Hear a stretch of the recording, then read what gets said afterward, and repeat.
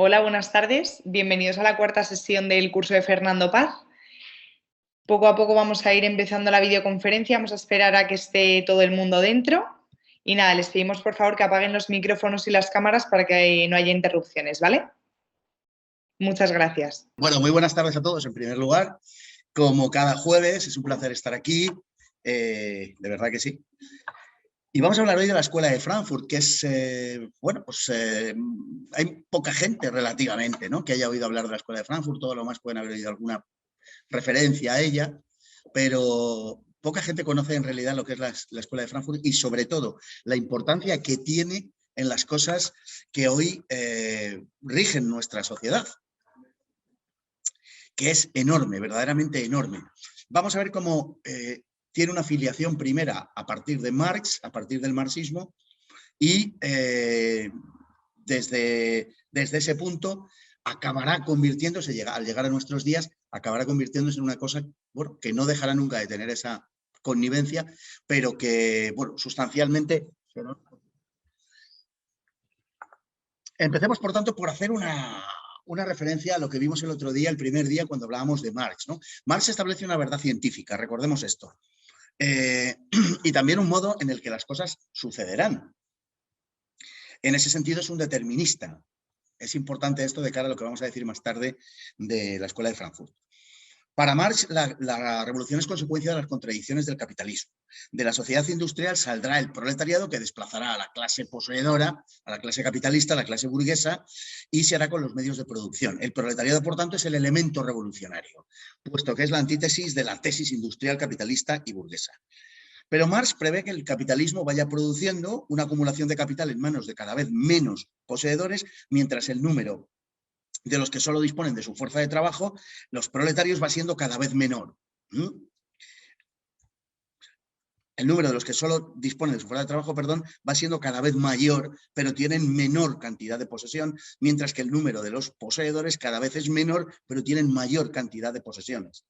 Este proceso continuará hasta volverse insostenible. Es la gran contradicción del sistema capitalista, en el cual habrá muy pocos que lo tengan todo y muchísimos que no tengan nada.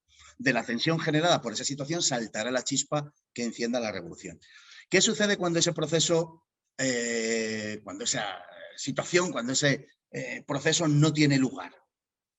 Cuando en lugar, en la realidad, ¿no?, en la historia, cuando en lugar de una acumulación de capital creciente surge el capitalismo popular, surgen las sociedades por acciones, cuando se genera una clase media que hace obsoleto el análisis de Marx porque las diferencias, en lugar de aumentar, disminuyen, ya que aparece, como digo, una clase media que se interpone entre un núcleo muy pequeño y una gran, que es el de las clases poseedoras, burguesas y altas, y el del proletariado. Surge esa clase media en toda Europa, en casi toda Europa, desde luego en la Europa desarrollada y sobre todo en la Europa industrial. Cuando eso surge, se desbarata todo el sistema de Marx. De hecho, la revolución tendrá lugar, ¿dónde? Pues la revolución tendrá lugar en los países que no se hayan desarrollado industrialmente, es decir, lo contrario de lo que preveía Marx. El capitalismo que conoce Marx es una forma muy primitiva de capitalismo industrial y financiero. Y todo hacía pensar que las cosas, efectivamente, el desenvolvimiento histórico le daría la razón a Marx.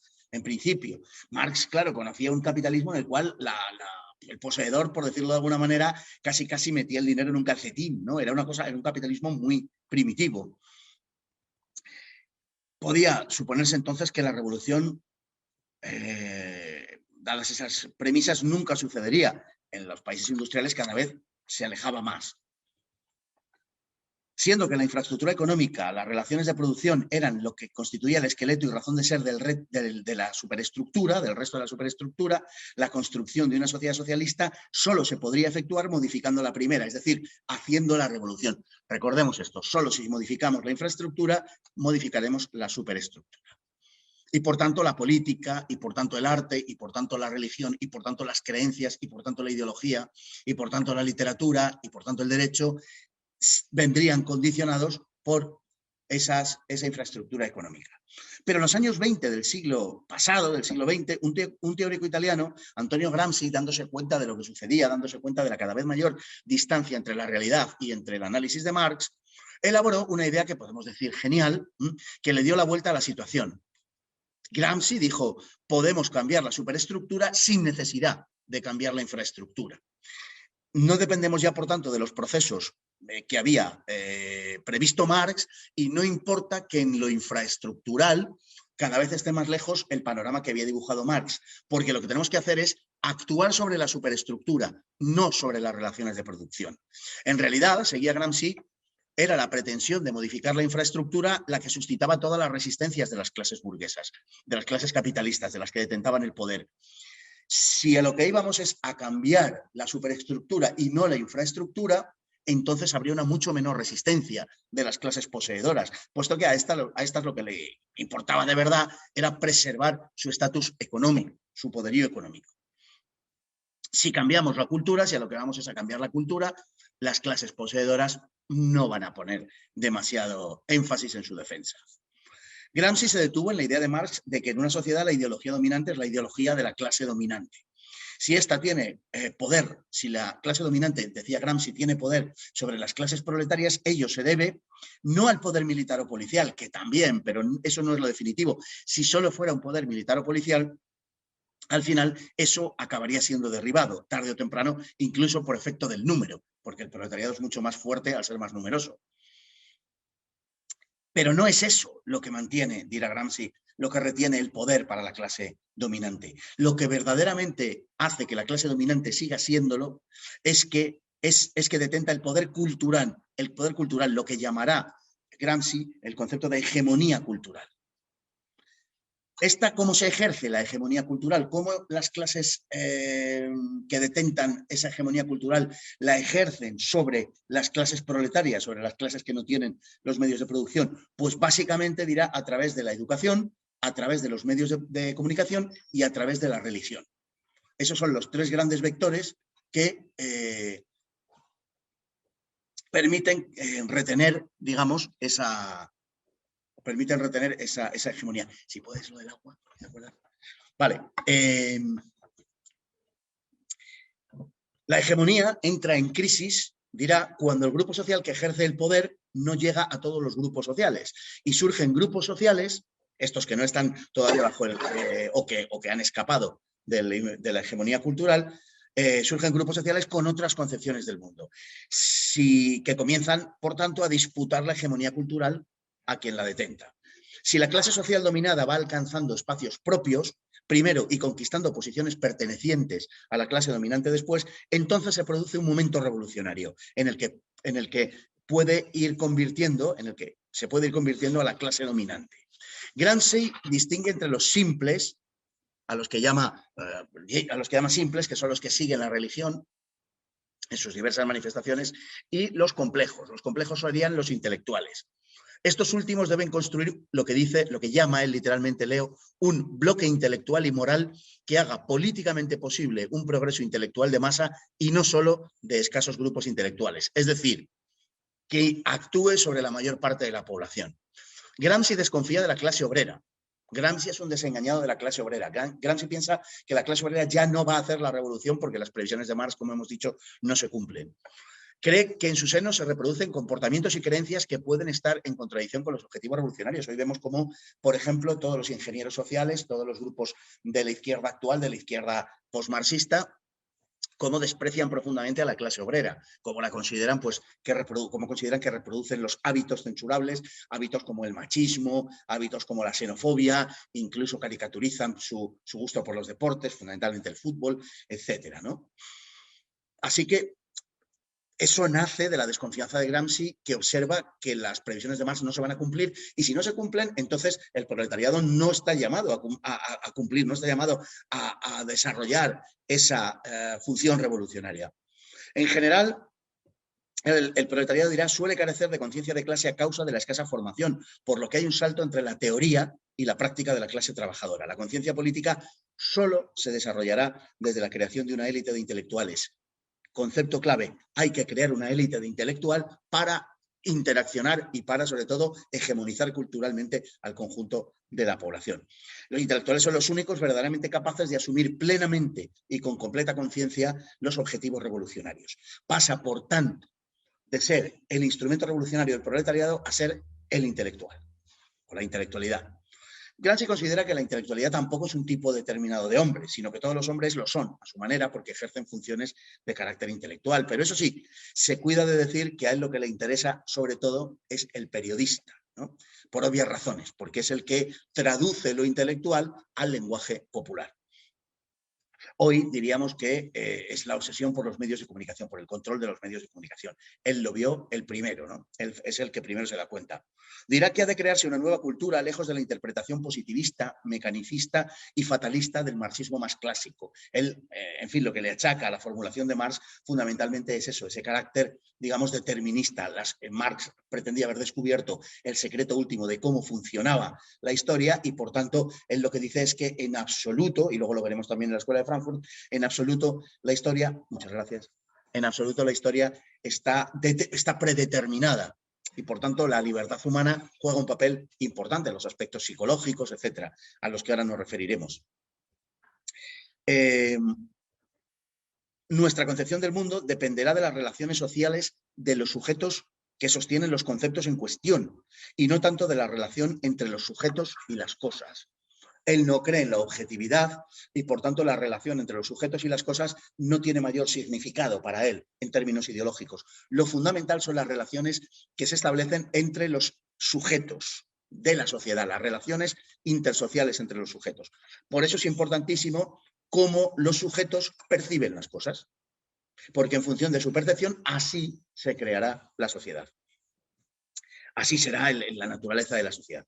Gramsci sostiene que bajo el capitalismo del siglo XX la burguesía puede retener, y esto es particularmente importante,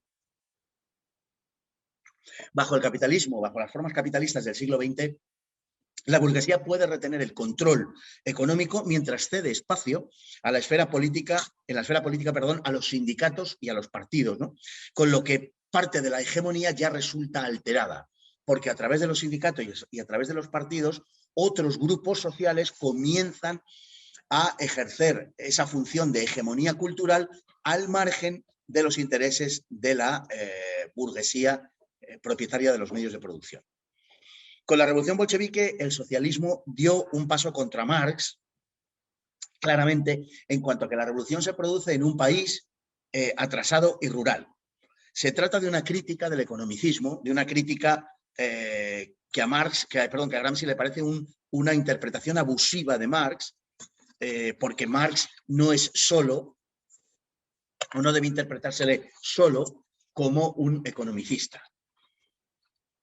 De acuerdo al cual, pues como hemos dicho antes, la revolución, el socialismo, en definitiva, se impondría fruto de las condiciones objetivas derivadas de los procesos dialécticos. Eso dirá, no es cierto.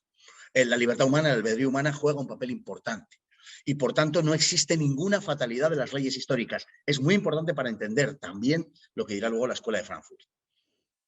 No está claro ya para Gramsci que los cambios económicos sean más importantes que los cambios culturales. En todo caso, para Gramsci, los dos, son manifestaciones de lo que denomina un proceso histórico básico. En Gramsci, la expresión un proceso histórico básico es la modificación de las relaciones económicas y las culturales. Gramsci asegura que el marxismo es también una superestructura, de modo que no puede afirmarse su carácter ineluctable. La justificación desde el punto de vista de Gramsci de que el marxismo también puede equivocarse, de que el análisis de Marx también puede equivocarse, es que el marxismo, como forma cultural que es una superestructura y por tanto no está sujeta al determinismo que Marx le achacaba, ¿no? No hay, por tanto, nada objetivo en el conocimiento humano. El marxismo originario, el marxismo ortodoxo, por el contrario, sí dice que existe algo objetivo, el propio análisis marxista. Pero para Gramsci, como para luego la Escuela de Frankfurt, sobre todo lo que hay es indeterminación, por un lado, y por otro lado, albedrío, es decir, que puede pasar, libre albedrío, que puede pasar, por decir así, cualquier cosa. No está predeterminado el futuro. Bien, resumiendo, lo que Gramsci establece pues es la importancia de la cultura en el cambio social, tan importante o más que la revolución político-económica es la revolución cultural. La sociedad puede transformarse si se logra una reinterpretación de las ideas, un cambio en la hegemonía cultural, si se logra esta y se arrebata de las clases dominantes. Si en Marx la ideología dominante es la ideología de la clase dominante, en Gramsci la clase dominante será el grupo social que logre imponer su hegemonía cultural y con ella su interpretación del mundo. Para ello es esencial también, tenemos aquí otro elemento muy cercano a nosotros y muy familiar, para ello, digo, es esencial el control del lenguaje. Por tanto, desde entonces se fue abriendo paso a la idea de que habría que abordar la transformación ideológica a partir del cambio cultural. Vemos ya cuál es el foco en el que Gramsci enfoca, o en el que Gramsci, digamos, proyecta sus esperanzas revolucionarias, en la cultura. Se forjó un grupo en Alemania, de forma simultánea a estas ideas, un grupo en Alemania formado por intelectuales de izquierdas y en su inmensa mayoría de ascendencia judía, todos ellos marxistas, pero que proponían una revisión de Marx, es decir, lo mismo que está diciendo Gramsci en gran medida, y una recuperación de temas que habían quedado al margen de la interpretación habitual y vulgar de Marx, ¿no? Del marxismo. Es lo que se conocerá como marxismo cultural, aunque luego tenemos mucho que matizar esto, pero es lo que se conocerá como marxismo cultural, que como veremos, pues es eso, algo bastante ambiguo y en algunos extremos engañoso. Ese fracaso, y es un elemento central en la narración discursiva, ¿no?, de Gramsci, de Lucas, de que ahora diremos algo, y de la Escuela de Frankfurt. Este discurso, digamos, ofrece una relación con la constatación del fracaso del proletariado como agente de la revolución, a quien culparon, ¿no? En definitiva, la doctrina no podía tener fallos, así que el error era de la realidad. Y esa idea, en algunos sectores del marxismo, se fue imponiendo. Miren, hay una anécdota. Hay una anécdota de Felipe González en una visita de Gorbachov, en donde en una conversación personal, Felipe González, pues, quizá para hacerle un cierto homenaje, ¿no?, una amabilidad a Gorbachov, le dijo qué pena que ideas como las marxistas, que, en fin, pues que prometían un mundo mejor y alcanzar el paraíso, etcétera. Qué pena que esas ideas se hayan revelado irreales y que esas ideas no se hayan podido plasmar finalmente. Qué pena que la doctrina al final tuviera un fallo. Y Gorbachov lo que le contestó es: el fallo no estaba en la doctrina, el fallo ha estado en el hombre. Es decir, que la culpa de que no se realizara la utopía marxista para Gorbachov no era que el marxismo estuviera equivocado, sino que los seres humanos no estuvieron a la altura del marxismo, ¿no? Bueno, surge también George Lucas, complemento de las enseñanzas de Gramsci, un autor húngaro. Para él la cultura, importantísimo en el marxismo, en el desarrollo del marxismo, es clave. Para él la cultura occidental era un error en su conjunto, algo que ya habían señalado desde Bakunin hasta Nietzsche. Recordemos que Nietzsche, el que vimos el otro día, hablaba de la civilización occidental como un error erigido sobre la mentira del cristianismo, y es uno de los llamados filósofos de la sospecha. En cuanto a Bakunin, el primer gran teórico del anarquismo, decir, y a veces lo suelo citar porque me parece muy descriptivo, de la postura revolucionaria ante la civilización occidental, cuando decía que Bakunin decía en su libro Dios y el Estado, decía que había que destruirlo absolutamente todo, y añadía, con la excepción de la 9ª Sinfonía de Beethoven. Para él era lo único que merecía la pena ser rescatado de la civilización occidental. El resto debía ser absolutamente destruido, como digo, hasta los cimientos, ¿no? Bueno, Lukács fue nombrado consejero durante la Revolución Húngara por Béla Kun. En Hungría hubo una revolución comunista y lo primero que hizo fue, su propósito declarado era la destrucción de la familia. Y empezó a hacer obligatorias las clases de educación sexual y todo lo que tenía que ver con la lucha contra la cultura nacional húngara y sobre todo aquello que la articulaba, que era el catolicismo, ¿no? Es un país muy católico, Hungría, y forma parte de su identidad desde la conversión en el siglo XI, ¿no? San Esteban. Bien, escribió en 1923, después del fracaso de la Revolución de Béla Kun, escribió un libro muy importante en el desarrollo del marxismo, que es Historia y conciencia de clase, que es básico para que se produjese el reemplazamiento de la visión clásica del marxismo por la novedosa, ¿no?, por la novedosa de la necesidad de actuar sobre la superestructura. Bueno, las ideas de uno y otro pueden resumirse en la frase de Gramsci, que decía: el mundo civilizado ha sido saturado de cristianismo durante 2000 años. Por eso, una tal cultura basada en tal religión solo puede ser vencida desde dentro, ¿vale? Así vamos comprendiendo mejor cuál es el propósito de la ideología que hoy, en el siglo XXI, se despliega ante nosotros. Una ideología que lo que busca de forma expresa es el propósito de triturar la civilización occidental porque la cree erigida sobre un error y sobre todo destruir la célula esencial de la cultura occidental, que es la familia. Sin duda, ellos pusieron los cimientos de lo que se llamaría la Escuela de Frankfurt, que comenzó sus andanzas en la Alemania de 1923, como decíamos, prácticamente al mismo tiempo que Gramsci y Lucas. No podemos trazar una historia de la misma por la falta de tiempo, sería muy interesante hacerlo porque es muy ilustrativo, pero bueno, sí diremos que se mantuvo en Alemania la dicha escuela hasta 1933, en que Hitler llega al poder y luego sus componentes emigran a los Estados Unidos, donde algunos se quedarían y otros regresan a Alemania tras la guerra. Su fundador fue Felix Weil y sus principales nombres son los de conocidos pensadores, filósofos, escritores como Erich Fromm, Herbert Marcuse, Theodor Adorno, Max Horkheimer, Walter Benjamin, Friedrich Pollock o Jürgen Habermas, que todavía vive Habermas. Y además en los últimos años tuvo una cierta, ya debe estar en torno a los 100, pero hace 10 años, 12 años, una cosa así, tuvo unos, por otro lado, amables debates con conversaciones, yo diría más bien, con Ratzinger, ¿no? Con Benedicto XVI, antes de ser Papa. Y son verdaderamente debates ciertamente de un gran nivel y de mucha altura, ¿no? Bueno, las formulaciones que lleva a cabo la Escuela de Frankfurt ya de entrada son novedosas. Incorporaron temáticas tan familiares hoy como las del medio ambiente y rechazaron lo que Horkheimer denominó la fetichización del trabajo, es decir, la conversión del trabajo en fetiche que había hecho Marx, ¿no? Comienzan a formular el eje de lo que constituiría su discurso, el derecho a la felicidad humana. Esto es muy importante, pero un derecho a la felicidad que interpretarán a través del hedonismo, los sentidos, la sexualidad.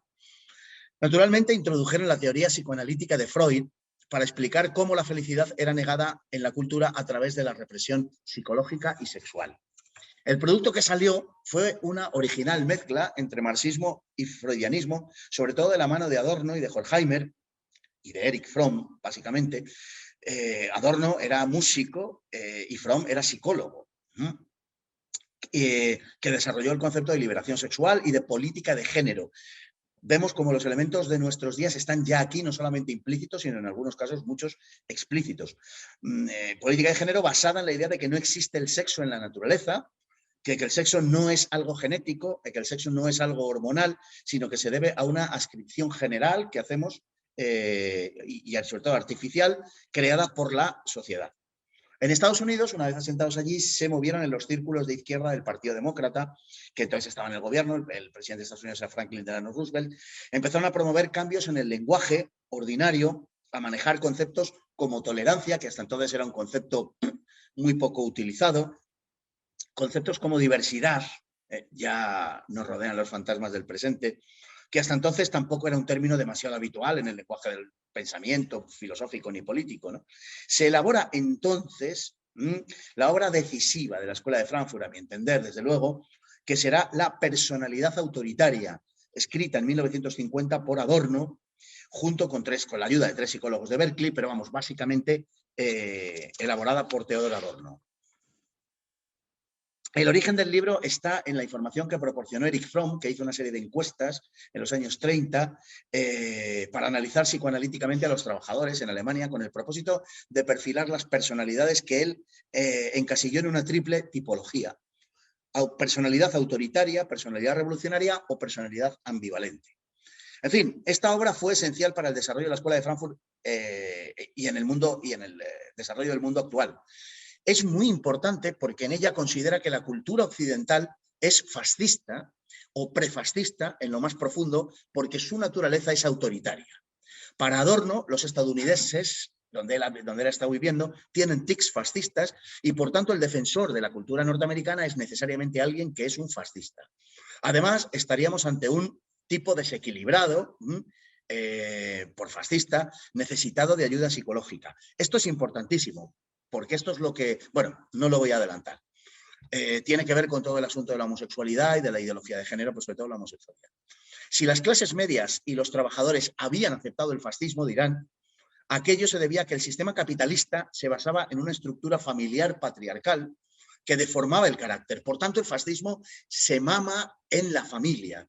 Hay pues que terminar con el carácter patriarcal y por tanto heterosexual de la sociedad. Ya está formulado el principio, hoy tan en boga, de la culpabilidad del heteropatriarcado. La consecuencia es que se produce entonces una inversión de la moralidad social a partir de la Escuela de Frankfurt, particularmente en lo referido a la homosexualidad. Vamos a hacer un pequeño paréntesis aquí para explicarlo, porque es, como digo, básico a la hora de entender qué es lo que está pasando en nuestros días y lo que para muchos constituye una locura ininteligible, ¿no? Bueno, después de la Primera Guerra Mundial, la izquierda desplegó eso que se llama hoy una homofobia radical, ya que consideraba, atención, que fascismo y homosexualidad eran una misma cosa. De acuerdo a la psiquiatría clásica, y hasta 1990, recordemos que la OMS consideraba que la homosexualidad obedecía a un infantilismo psíquico, era así denominada como infantilismo psíquico. Un infantilismo psíquico que estaba fundamentado en el rechazo de la alteridad, es decir, en el miedo a lo diferente, en el miedo al otro. Igual que los niños tienden, antes de su desarrollo sexual y por tanto de su maduración, los niños tienden a identificarse con lo que es igual. Por eso se denominaba la homosexualidad como infantilismo psíquico. Los niños, en general, es difícil que hasta una determinada edad, como digo, jueguen con las niñas, no es lo habitual, forman pandillas sexuales, sobre todo los varones, y las niñas también, pero por su sexo, de forma natural, sin que nadie les impela a ello. Está en los genes, está en nuestro modo de comportamiento, y por eso se denominaba infantilismo psíquico. Perdón. El homosexual, de acuerdo a esta idea, sería algo parecido, tendría infantilismo psíquico porque lo que busca es el que es igual que él, no busca lo complementario, sino que busca lo idéntico. Esta era la razón por la que se consideraba que era una enfermedad, ¿no? Era una falta de maduración. En definitiva, no había descubierto que había que dar un paso de la búsqueda de la identidad con los iguales a la complementariedad. Y el fascismo tenía la misma raíz psicológica que la homosexualidad, porque también rechazaba lo diferente, porque lo que postulaba era la homogeneización social, es decir, que las sociedades fueran lo más homogéneas posibles. Por tanto, hay un infantilismo psíquico en el fascismo y en la homosexualidad. Volveremos a este tema cuando hablemos de ideología de género, porque es un tema nuclear, pero simplemente adelantar que, por ejemplo, el gran literato soviético Maxim Gorki llegó a escribir: exterminad a los homosexuales y habréis acabado con el fascismo. Quede claro entonces que hasta después de la Segunda Guerra Mundial lo que se da es una identidad entre fascismo y homosexualidad. Bueno, perdonad que beba. Así que ese rechazo de la alteridad y el miedo a lo diferente era una especie de fobia patológica. De esa manera, para la izquierda, la homosexualidad era una fobia patológica. Pero Adorno, a esta idea, que estaba perfectamente asentada, le dio la vuelta. De acuerdo a su visión, en La personalidad autoritaria, el libro al que hemos hecho referencia antes, que es básico, como digo, el fascismo era la consecuencia de la educación en los valores tradicionales. El fascismo no tenía que ver con el miedo, digamos, solamente con el miedo a lo diferente. El fascismo era básicamente una proyección de la educación en valores tradicionales en un determinado estadio, digamos, del desarrollo cultural y social de determinadas sociedades humanas, ¿no? Unos años después, Adorno incluso afinó en la idea psicosexual de que el fascismo consistía básicamente en la repetición en la edad adulta de pautas violentas aprendidas en la infancia. Los niños educados en hogares estrictos eran los fascistas del mañana. La destrucción de la familia, por tanto, se imponía de nuevo como una necesidad social y moral. Había que destruir a la familia porque porque la familia, con su estructura patriarcal y con su afirmación de la autoridad, era el germen del fascismo. Para acabar con el fascismo había, por tanto, primero que terminar con la familia. De este modo, llegamos al punto en el que nos encontramos hoy. Ya no es la homosexualidad la que es patológica, sino que lo son los valores tradicionales. Y por tanto, el rechazo de la homosexualidad se convierte en eso que se llama homofobia. Es una fobia, se convierte en algo patológico. Le han dado la vuelta a lo que hasta 1990 era justamente lo contrario. Al mismo tiempo y en consecuencia, se desplazó la consideración de la homosexualidad de su originario carácter fóbico y patológico hasta su incardinación de la homosexualidad en una interpretación genéricamente hedonista del mundo y de la existencia. La homosexualidad no estaba ligada de ningún modo a la familia tradicional y represiva. Por tanto, Horkheimer, Adorno, Marcuse y otros exiliados socialistas alemanes, la Escuela de Frankfurt, utilizaron la nueva visión para cuestionar los fundamentos de la cultura occidental cristiana, como hemos visto. Bueno, para aplicar la terapia necesaria a las personalidades autoritarias, por tanto, dado el gran volumen de estas en el conjunto de las sociedades, la Escuela de Frankfurt prescribía la necesidad de actuar sobre los medios de comunicación y la educación, y desde entonces centró toda su actuación en ellos. Uno de sus trabajos estrellas fue el llamado Proyecto Radio, financiado por la Fundación Rockefeller desde 1937, a través del cual influyeron en millones de norteamericanos a los que utilizaron, vamos a decir, como conejillos de indias.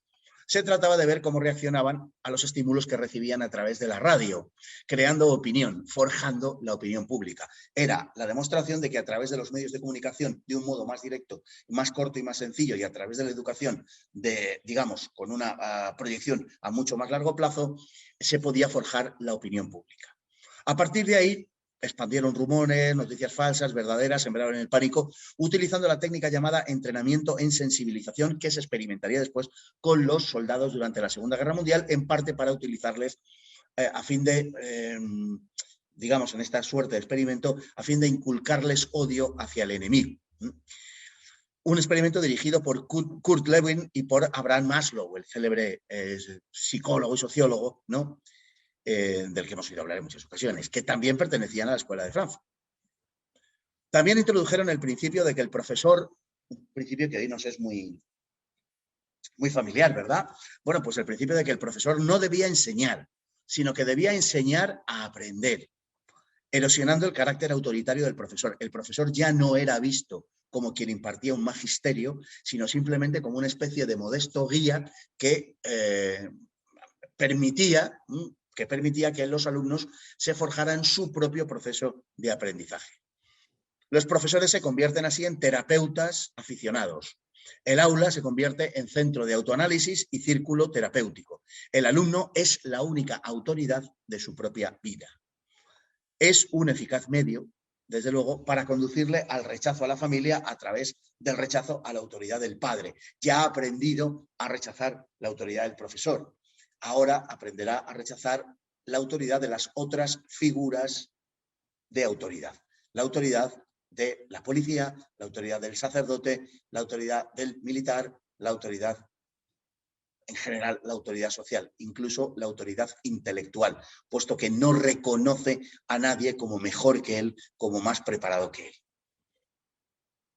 Bien, también se produce digamos, la ratificación del papel negativo de la religión. En elementos del antisemitismo se había afirmado que el capitalismo es inherentemente fascista y que la filosofía cristiana es en sí misma una fuente de antisemitismo. Por tanto, hay que terminar con el cristianismo. Es una fuente de antisemitismo, es una fuente de fascismo, es una fuente de autoritarismo.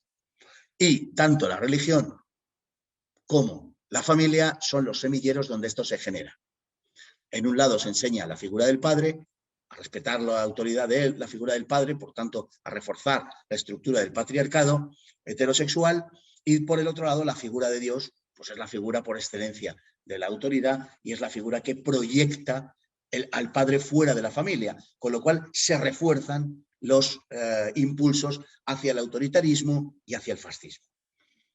Bueno, en esta fase desarrollaron el núcleo de la formulación teórica en la llamada teoría crítica. La teoría crítica es, junto al libro del que hemos hablado antes, La personalidad autoritaria, la teoría crítica, ¿en qué consiste? Pues básicamente en dos cosas. Es el rechazo del carácter inexorable de los procesos históricos, a lo que nos hemos referido antes en Gramsci, recordémoslo.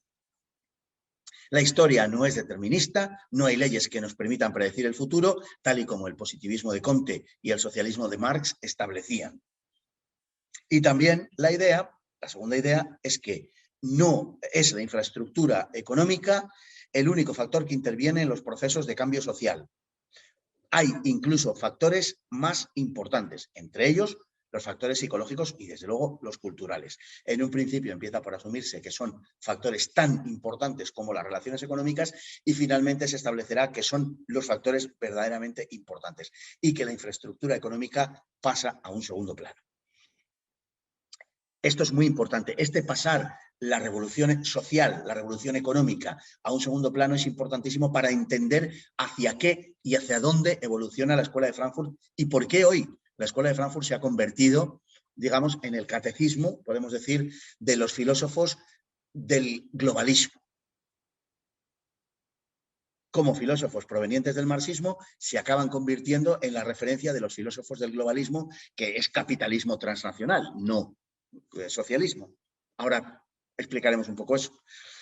La Escuela de Frankfurt aceptará así la revisión del marxismo propuesta por Max Weber, expresada en La ética protestante y el espíritu del capitalismo, libro célebre de Max Weber, según la cual fue el surgimiento del calvinismo lo que posibilitó dotar de una ética al capitalismo y propiciar el desarrollo de algo que hasta entonces se había tenido como vergonzoso.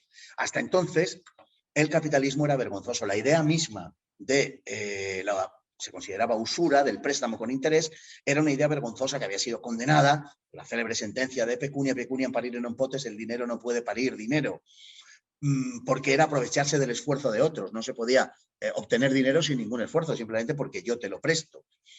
Eso se consideraba profundamente inmoral y lo era en el cristianismo medieval, en el catolicismo. Pero esta idea es rescatada. Esta idea rescatada no, es combatida, es rescatada la idea o es impuesta la idea de que el capitalismo no tiene nada de vergonzoso a través de, explicará Max Weber, a través de Calvino. ¿Por qué? ¿Qué es lo que incorpora Calvino, digamos, a este asunto? Pues Calvino afirma que Dios y el hombre son soledades incomunicables, que no hay forma de conocer los designios de Dios. Calvino, al mismo tiempo que esto, afirma la predestinación, es decir, que el hombre realmente no es libre para obrar moralmente, sino que Dios ha destinado a unos a la salvación y a otros a la condenación eterna. Eso, naturalmente, genera una enorme angustia en el hombre porque no puedes saber si Dios te ha condenado, si estás condenado o si te vas a salvar, puesto que hagas lo que hagas, Dios ya te ha predestinado. Y por tanto no se van a salvar los buenos y a condenar los malos. No, no. Puede ser malo y salvarte y puede ser bueno y condenarte. Da igual. Claro, esa angustia que genera, ¿cómo puede resolverse? Pues dirá Calvino, muy fácil, porque Dios, en su predestinación, ha hecho que aquellos destinados a la salvación ya reciban los primeros frutos celestiales en este mundo. Y por tanto serán los ricos, los poderosos, los que se van a salvar. ¿Cómo sabemos quiénes son los que se van a salvar? Los que aquí ha señalado Dios, los ricos y los poderosos, aquellos que ya gozan de los parabienes de la divinidad en esta tierra. Naturalmente eso tiene unas implicaciones brutales, pero la primera es la justificación moral del capitalismo. ¿Cómo no afanarse en una carrera por las riquezas si la cantidad de riqueza que yo consiga va a ser lo que me distinga ante los demás de que soy y me va a ratificar en que soy el elegido de Dios, uno de los elegidos de Dios? Pues lógicamente es, digamos, esa certificación de la ética protestante. Bien, para la Escuela de Frankfurt la ilusión ilustrada ha fracasado. Este también es un punto muy importante porque les aleja del progresismo clásico. La Primera Guerra Mundial y Auschwitz han demostrado la idea de que el progreso indefinido no es posible, de que el progreso tiene un lado perverso y de que no es seguro que el progreso, por tanto, primero, esté predeterminado y segundo, vaya a ser siempre positivo, ¿no? El mundo, dirán, no está destinado a la felicidad. Per se, si no hacemos nada por conseguirlo. Hay que buscarla y no tratar de conseguirla es un completo desatino, precisamente porque la felicidad no es necesariamente nuestro destino. No hay un fin, la historia no tiene un fin determinado, dirán, pero debemos buscar el objetivo del hedonismo para que, aunque nunca lo alcancemos, podamos acercarnos lo máximo posible a las mayores cuotas de placer. Ese es el objetivo de la Escuela de Frankfurt. Por supuesto, eso no significa que el placer deje de tener sentido, aunque no podamos conseguirlo en términos absolutos. De hecho, será la razón básica que defiende la Escuela de Frankfurt. El mayo del 68 le deberá mucho de su naturaleza a la Escuela de Frankfurt, con su insistencia acerca del placer y sus temas hedonistas y sexuales, desde la droga hasta la homosexualidad y el género. Con Jürgen Habermas, que es, como digo, pues de los últimos, ¿no?, de la escuela, se abre paso también otra idea que nos es enormemente familiar. En realidad, todo esto que estamos contando está destinado a que comprendamos que las ideas que hoy tenemos proceden de la Escuela de Frankfurt en su inmensa mayoría. Y lo que formula Jürgen Habermas es justamente una idea que hoy es enormemente común en la política y en la propia sociedad, ¿no? Y es la idea de diálogo. El diálogo es un bien en sí mismo.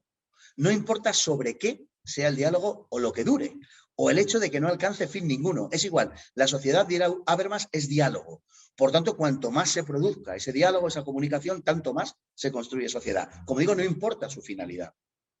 Diálogo, en consecuencia, pasa a convertirse en una palabra mágica que hoy han adoptado todas las fuerzas políticas. Si ustedes se fijan, incluso contradiciendo flagrantemente lo que hacen, todos presumen de que son muy dialogantes y todo lo que quieren es buscar diálogo. Y la primera palabra que sale después de un rifirrafe de declaraciones entre políticos es diálogo y más diálogo. Hay que dialogar. Y frente a la imposibilidad de conseguir determinadas finalidades políticas, lo importante es el diálogo y una mesa de diálogo. Bien, todo esto es la ideología habermasiana, la de Jürgen Habermas, ¿no?, que es, por otro lado, un filósofo notable, ¿no? No hay que ocultar esto, ¿no?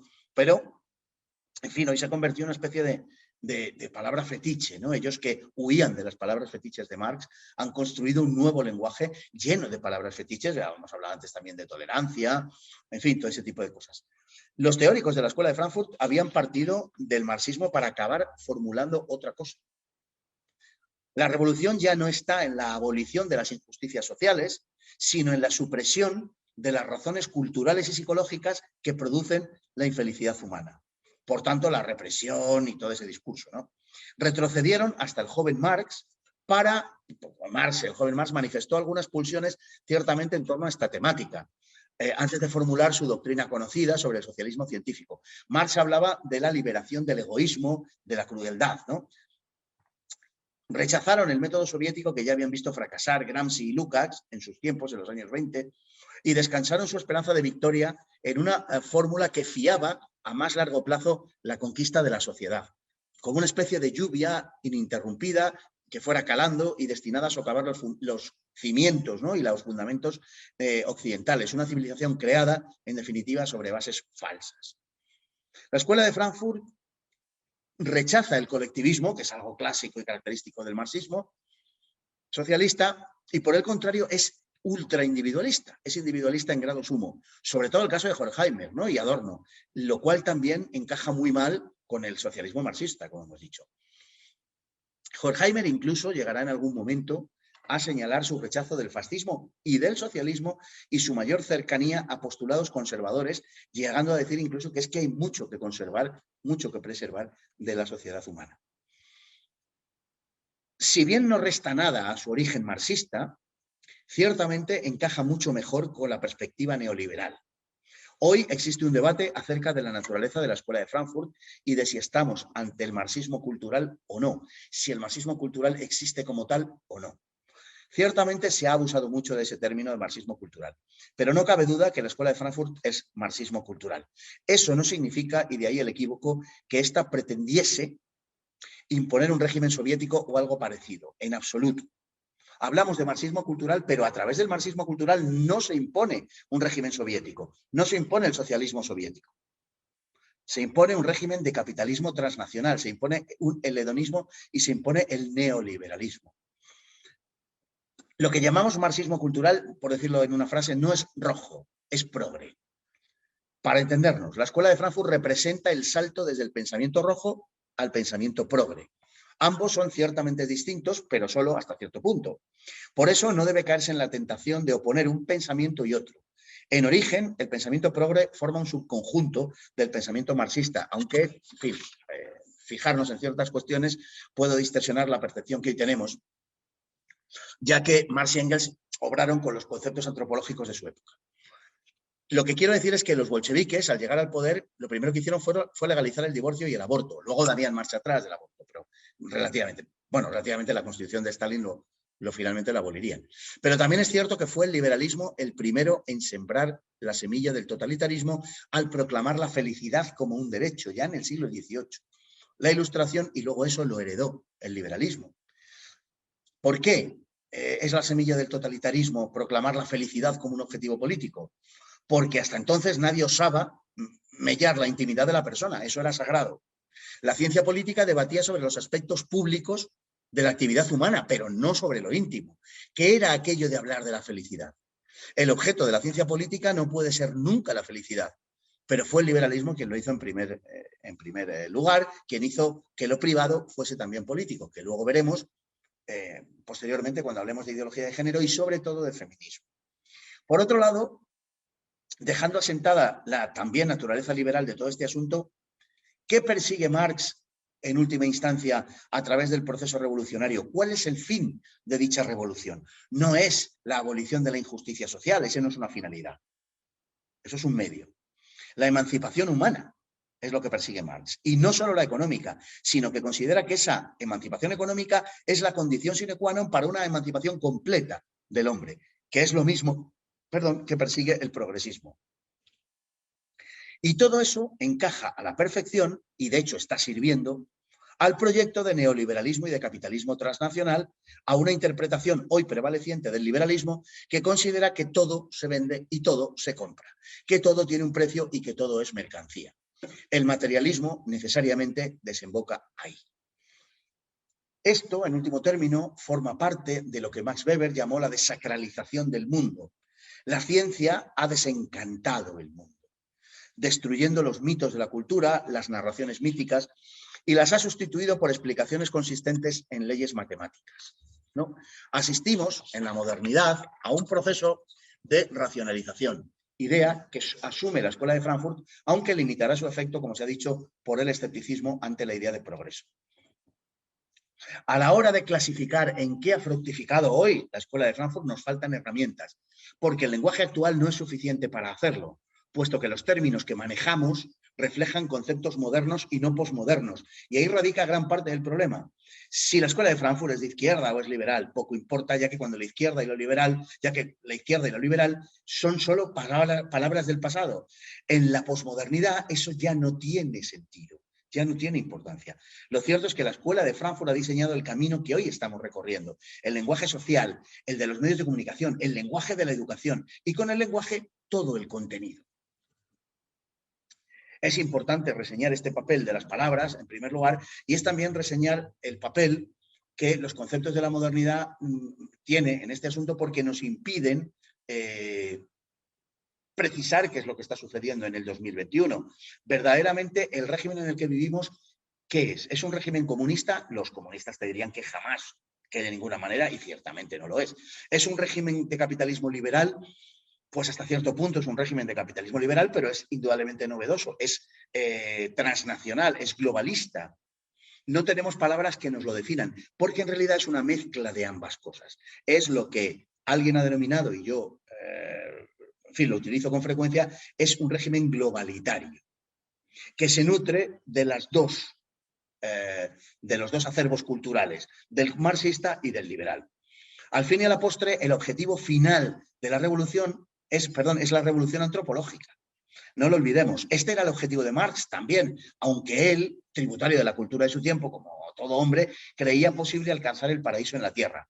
Para la Escuela de Frankfurt ya hemos visto que no es posible el paraíso en la tierra. Ciertamente su aproximación a la felicidad, tal y como la formula la Escuela de Frankfurt, ese buscar el hedonismo, buscar el placer, aunque se sepa que nunca se va a llegar al placer absoluto, tiene mucho de popperiano, de seguidor de Popper, ¿no? Cuando éste afirma que nunca se alcanzará, pero eso no nos exime recorrer el camino. Ya vamos terminando. En último análisis, en la posmodernidad se han fundido los propósitos prometeicos del marxismo con los del liberalismo, y ya no existe ni uno ni otro en puridad, sino que están inextricablemente unidos. Es la era de la desaparición de los grandes relatos. En su lugar surge una sociedad fragmentada, el hombre atomizado que se arrastra a la búsqueda de una felicidad imposible a través de una renovación permanente del deseo que puede transformar en placer. Es vana la búsqueda de la naturaleza de dicha transformación, por todo lo dicho, pero sobre todo porque en la posmodernidad ambas perspectivas, insisto, se funden y lo que queda es el esencial carácter sustitutivo originario de la formulación marxista y liberal. Quiero decir que la formulación marxista y liberal en origen tiene un carácter sustitutivo de las explicaciones hoy consideradas míticas, de las explicaciones de las grandes narrativas, de los grandes relatos, de los cuales el liberalismo y el marxismo son prórrogas, pero que han desaparecido en la posmodernidad. La modernidad sí afirma la existencia de verdades, el liberalismo, el marxismo. La posmodernidad niega la posibilidad de toda verdad y, por tanto, ni el liberalismo ni el marxismo son ya válidos. La posmodernidad, en último término, surge esencialmente, aunque surge en la izquierda, como estamos diciendo, se transforma en otra cosa. Surge de la afirmación o surge de la sorpresa o surge del desasosiego o surge de la decepción de que el marxismo no sirve. El marxismo es una concepción que nos explica desde el hombre primitivo hasta la carrera espacial o hasta la era cibernética. El marxismo lo explica todo, pero el marxismo muere en la década de los 90, a finales de los 80, ya no sirve. Los países que se han edificado a través de la concepción marxista originaria ortodoxa, las sociedades son desmanteladas, no sirven. Si el marxismo, que era la explicación global, si el marxismo, que era la explicación total, no sirve, es que nada sirve. Esa es la eclosión de la posmodernidad.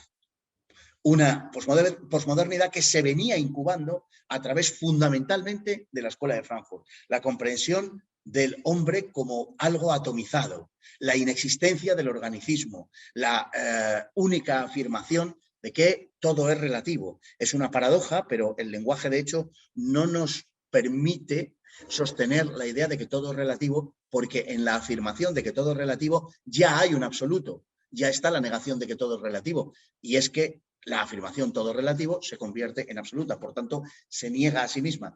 Pero ese relativismo está ya en la Escuela de Frankfurt, está en Gramsci, está en Lukács, y por tanto tiene una filiación directa con la posmodernidad, con la Escuela de Frankfurt. De ahí la extrema importancia, que espero que haya sido capaz de transmitiros, la extrema importancia de las formulaciones de la Escuela de Frankfurt, ¿no? En definitiva, el marxismo y el liberalismo comparten que en su tuétano la naturaleza que les nutre es puramente materialista.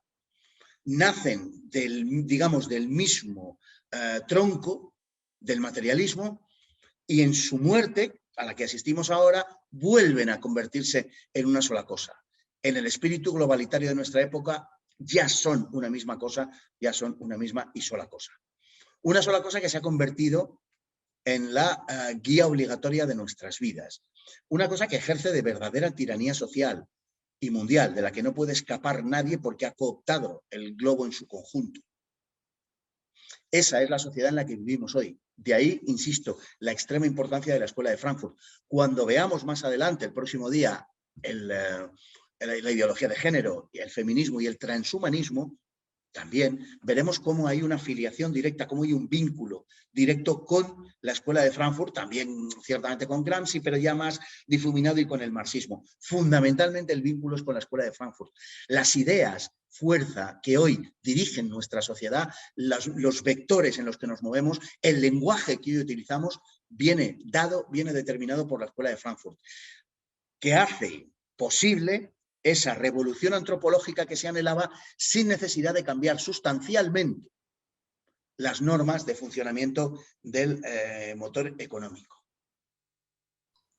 Fernando, buenas tardes, soy Belén. Yo creo que si consideras que ya vas acabando, podemos pasar al turno de preguntas. Ya he terminado, Estoy filtrando, ¿te parece? Perfecto. Pues adelante a todos los que quieran hacer preguntas. Si quieres ya te voy diciendo la primera, es bastante densa, nos la hace Rosana Jiménez. Dice, hola Fernando, lo que has comentado de cómo infunden en la audiencia el odio a los enemigos, creo que es a partir del proyecto Radio. Se parece a lo que están haciendo ahora con Trump y los trumpistas y en España con Vox, los de las derechas, los cristianos, etc. El principio de que el profesor no enseña, sino que enseña a aprender, si estuviera bien encaminado, se podría parecer a lo que decía Platón o Pitágoras, etc., de la metempsicosis, y algún maestro, no recuerdo cuál, que dice que no se puede realizar una ayuda en la transformación demasiado explícita, pues se podría truncar el desarrollo de la persona. Vamos poco a poco, Belén. Es que tiene varias partes. Porque si no, bueno, primero decir, vamos a ver, la propuesta educativa griega era muy diferente porque se refería a unas élites, o sea, gente que se apunta específicamente, digamos, a aprender unas cosas porque tienen ese impulso hacia las cosas, porque les atrae y por tanto, bueno, sería algo comparable, salvando las distancias de todo tipo y género, con lo que estamos haciendo aquí, ahora, ¿no? Es decir, no es lo mismo que alguien me haga una pregunta y yo le digo, pues mire, vaya usted o ve tú a tal libro, ve a tal sitio, tal y cual, y allí está explicitado y allí te lo va a explicar, porque no es lo mismo eso que cuando se establece una relación de tipo social, es decir, cuando en la sociedad educativa, ahora se dice la comunidad educativa, entonces decía, la sociedad educativa, el papel del profesor no es un papel que carece de magisterio y por tanto de majestad. Y viene acompañado de una desprovisión de todo lo que confiere al profesor el carácter de autoridad. Lo primero que se hizo, por ejemplo, aquí cuando se empezaron a practicar estas ideas en los años 70 fue eliminar las tarimas. El profesor no podía estar por encima, incluso físicamente no podía estar por encima de los alumnos. Al final lo que se buscaba era, al final estas ideas lo que estaban es al servicio de la destrucción de esa personalidad autoritaria y por tanto la destrucción de todas las figuras de autoridad que existen en la sociedad. El profesor ya no es el profesor, es un simple guía, el sacerdote lo mismo, el policía lo mismo. Hemos visto la transformación de las figuras de la autoridad política en las calles, vamos, no tiene color, es decir, cómo se percibe hoy un policía a cómo se percibía hace 50 años, en fin, me parece que lo dice todo, cómo se percibía a un padre, a los padres en general, pero sobre todo aquí hay un ataque al varón, porque lo que preocupa es el carácter heteropatriarcal, y por tanto hay un ataque al varón. Una de las características de nuestra época es ese ataque al varón, porque en el varón reside la autoridad, cualquiera, en fin, todos hemos sido hijos y muchos somos padres, ¿no? Padres y madres, padres en sentido genérico. Y todos sabemos que en el seno de la familia, por lo habitual, lo anormal, por lo general, el padre tiene un papel que es el de la autoridad, la madre tiene un papel que es el del refugio y el cariño. ¿Quiere decir esto que el padre no puede ser cariñoso y tal? Por supuestísimo que no.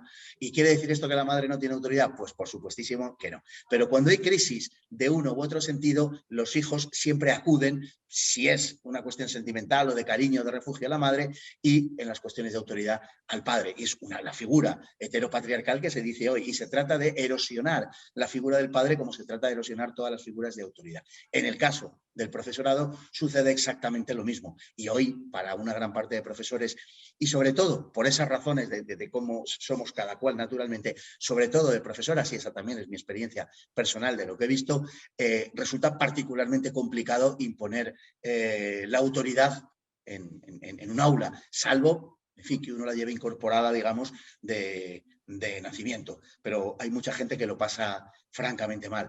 Y eso procede de la destrucción de las figuras de autoridad. Eso es lo que está en la personalidad autoritaria de Adorno, entre otras muchas cosas, ¿no? Pero de modo muy nuclear.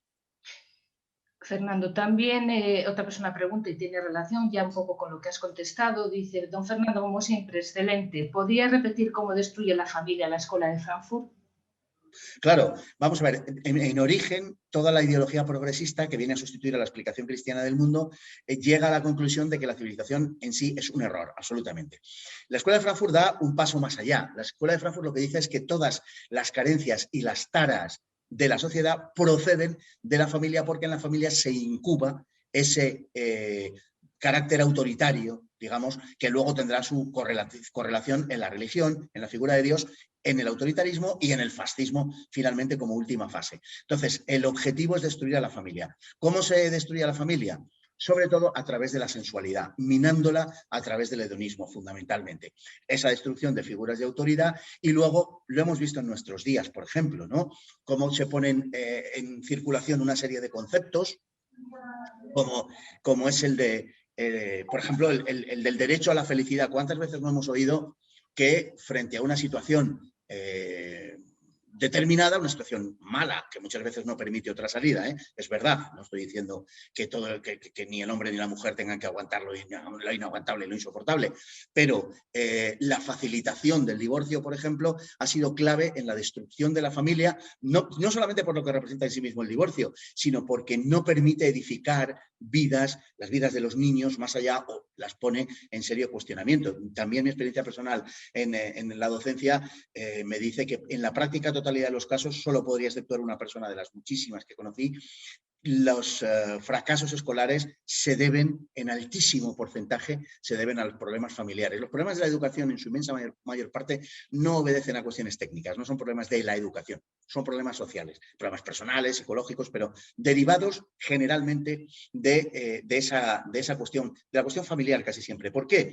Pues porque los niños, y hasta que somos muy mayores, y en cierta manera nunca nos desprendemos de eso, vemos a los padres no como dos personas, aunque racionalmente lo sabemos, sino que por encima de eso los percibimos como una unidad. Son papá y mamá. O sea, no es papá por un lado y mamá por otro. Desgraciadamente, muchos niños hoy no perciben eso. Y naturalmente que eso ha sido una labor de Zapa muy importante a través de los decenios, a través de mucho tiempo. Recordaréis solamente, ahora se cumplen este mes de junio, se cumplirán 40 años de la aprobación del divorcio en España. Se nos dijo, el ministro entonces Fernández Ordóñez, de la derecha, en aquel momento de la UCD, luego se pasó al PSOE, donde no estaría Fernández Ordóñez, que estuvo hasta en el INI de Franco, pero en fin, se nos dijo que bueno, el divorcio había que implantarlo en España porque había una demanda enorme y que el primer año se iban a divorciar 1 millón de españoles, porque claro, habían estado oprimidos por el franquismo que no les permitía haberse divorciado antes. Bueno, la realidad fue que se divorciaron 10.000. No 1 millón, no, 10.000. Hoy ya se divorcian 1 millón. Es decir, que esa ley que pretendía, teóricamente y según nos contaron, combatir unos determinados efectos, lo que ha hecho ha sido causarlos con el paso de los años. Ha sido minar a la familia, que es el objetivo y que es donde ponen el ojo, ha sido minar a la familia fundamentalmente a través de la sensualidad y a través de esa promesa, que también tiene todo que ver con la sensualidad, a través de esa promesa de felicidad. Recordemos que hay una respuesta, una réplica en lo laico y en lo secular de lo religioso. Valga la imagen y permitidmela, el diablo es el mono de Dios, el diablo imita lo que hace Dios. Y la felicidad, la formulación de la felicidad contrasta con la exigencia evangélica, la exigencia de Cristo, que no nos dice que seamos felices, nos dice que seamos perfectos. Sed pues perfectos como vuestro Padre Celestial es perfecto. Lo que nos dice la versión secularizada de eso no es que busquemos la perfección, es que busquemos la felicidad. Y es muy fácil que pongamos la felicidad en la satisfacción de nuestros caprichos y superfluidades, en la satisfacción de nuestros anhelos y voluntad, sin más, sin proponernos que ésta se amolde al deber ser. Y eso es lo que se ha hecho básicamente. Se ha destruido a la familia, y a las pruebas me remito, a través de ese minarla, de ese erosionarla por la sensualidad. Hoy ya, pues, en fin, la familia es algo absolutamente dúctil. Si me permitís una última cosa, que no me quiero alargar de verdad, que siempre lo prometo, pero nunca lo consigo. He traído la imagen en algunas otras ocasiones, ¿no? Se ha inflacionado tanto el concepto de familia que ha dejado de no digo que haya dejado de existir propiamente, pero que indudablemente ha disminuido muchísimo su importancia en la sociedad. ¿Cómo? Haciendo que todo sea familia. Si cualquier cosa es familia, entonces nada es familia. Entonces la familia no es nada. Y eso es lo que se ha hecho en realidad. Han disminuido el número de hijos de una forma abrupta y, bueno, pues que se casen 2 hombres o 2 mujeres se considera también un matrimonio. Todo eso ha sido lo que ha acabado erosionando a la familia y están muy cerca verdaderamente de conseguir su objetivo, porque la familia es el único sitio donde nos van a querer y donde nos van a valorar con independencia de lo que hagamos. Nos van a valorar por lo que somos. No hay ninguna otra instancia en la sociedad que vaya a hacerlo. La familia es el refugio y la familia es donde nacemos y donde morimos. La destrucción de la familia no va a traer la felicidad, va a traer la desgracia a la humanidad, por lo menos a esta parte de la humanidad en la que habitamos. Muchas gracias, Fernando. Hay más preguntas y se están animando. Adelante. José Carlos, ¿no cree que Marx seduce tanto a gran parte de la clase media-baja por su promesa de hacerles llegar al poder y es la caja de resonancia de la envidia? Hombre, psicológicamente está claro que sí, claro, pero tenemos que tener en cuenta una cosa. Marx no es un voluntarista, sino un determinista. Es decir, Marx lo que hace es prever que eso va a pasar. Es decir, que él llama a su formulación socialismo científico. Marx no quiere liberar a los pobres ni a los trabajadores ni nada parecido. Marx lo que dice es que, dadas algunas condiciones, la sociedad industrial capitalista va a producir necesariamente la revolución, pero no porque lo quiera Marx. Lo que pasa es que Marx sí que colaborará en desencadenar la revolución, aunque nunca la vio, obviamente, colaborará con la Primera Internacional en 1864 en Londres, porque establece que la labor del pensador, del filósofo, no es solo explicar el mundo o entender el mundo, sino transformarlo. La seducción de lo que Marx promete, lógicamente, hay un componente, sin duda ninguna, de la envidia. Gonzalo Fernández de la Mora tenía aquel libro que llamaba La envidia igualitaria, y hay una escena si no recuerdo mal, de Foxá en Madrid de corte a checa, donde recuerda cómo se produjeron las manifestaciones del 12 de abril, cuando, en fin, entre el 12 y el 14, como sabemos, huye el gobierno de su majestad Alfonso XIII y se establece la Segunda República. Y él recuerda cómo bajaban las turbas por las calles del centro de Madrid, que es un fenómeno muy curioso que todavía hoy existe, bueno, calles degradadas y paisaje degradado y paisanaje también degradado. Y cómo Foxá, que también tenía un toque, en fin, aristocrático y muy desdeñoso hacia quienes no pertenecían a su clase, pero en fin, esto también hay que anotarlo, decía cómo se agrupaban en grandes manifestaciones, bueno, o en grupos, en fin, medianos, pero que conformaban al final una gran manifestación. Él decía, pues eso, la gente que estaba físicamente pues con taras, y decía que los feos, la gente que le faltaba algún miembro, tal, y que gritaban igualdad, igualdad, igualdad, ¿no? Sobre todo, no gritaban ni libertad ni fraternidad, sino sobre todo igualdad. Hay, claro, mucho de envidia y que hay, claro, mucho de resentimiento en el ser humano, el que no llega, el que no alcanza, el que cree, y esto es muy, muy, muy frecuente en el mundo de hoy, por ejemplo, se ve en las redes sociales con mucha frecuencia, la gente que cree que la vida o el mundo le debe una, ¿no? Y que, en fin, que muestran toda su envidia con respecto a personajes por la razón que sea, pues a cantantes, a políticos, a personajes de relieve público, lo que sea, ¿no? Y se ve muy palpablemente. Es un ejercicio muy insano el de seguir ese tipo de expresiones sociales, pero es también muy aleccionador al respecto de cierta naturaleza última del ser humano, ¿no? Entonces, sí, claro, hay un atractivo hacia ese tipo de personas, pero no olvidemos, no obstante, que el marxismo ha tenido un enganche muy principalmente con clases cultas y que el marxismo ha sido, digamos, el paradigma de la cultura occidental durante 120 años. Entonces, es sin duda ninguna, es más complejo que eso, aunque también efectivamente está actuando sobre ese tipo humano. Sí, sí. Está clarísimo. Mira, aquí te voy a hacer 2 preguntas para ver si podemos responderlas de una forma ágil, porque la gente se está animando y está haciendo muchas más. Por un lado, ¿qué opinaba la Escuela de Frankfurt sobre el Islam? Por un lado. Y otra, si ha habido algún movimiento de intelectuales opuestos a la Escuela de Frankfurt que han tratado de hacerles frente en los medios de comunicación, y si los ha habido, porque parece que hayan tenido tan poco éxito. Bueno, con respecto a la primera, la Escuela de Frankfurt, que yo sepa, no desarrollan el tema del Islam, sino de la religión en general. Habla del cristianismo específicamente, pero porque nace y crece en un ambiente cristiano y en una cultura cristiana. Pensemos que el Islam realmente para Occidente hasta la década de los 90 no tiene una importancia, digo, en la época contemporánea, claro, no tiene una importancia como la que hoy tiene.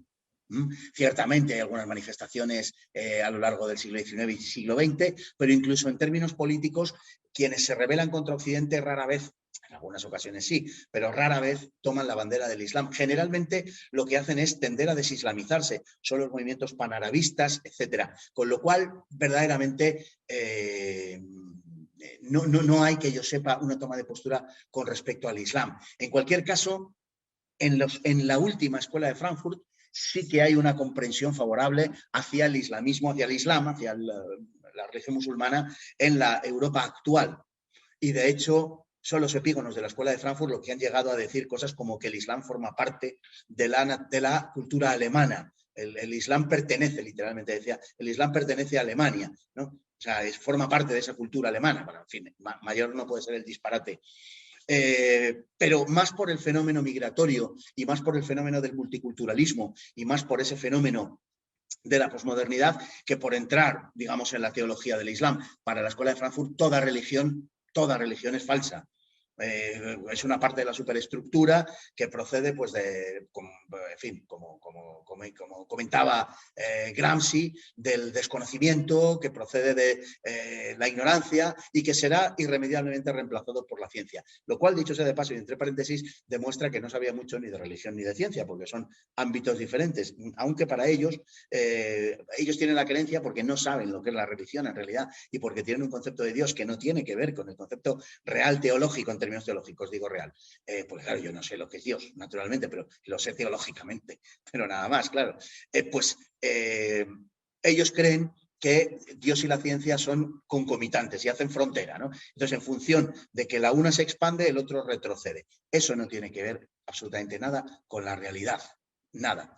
Eso en cuanto al Islam. La siguiente pregunta era... Si ha habido algún movimiento de intelectuales. Bien. Bueno, explícitamente no. Y además enlazo con alguien que preguntaba acerca de la masonería. Explícitamente no. La única que de verdad puede dar respuesta a la escuela de Frankfurt es la Iglesia. Realmente. Porque la escuela de Frankfurt es un ataque al cristianismo.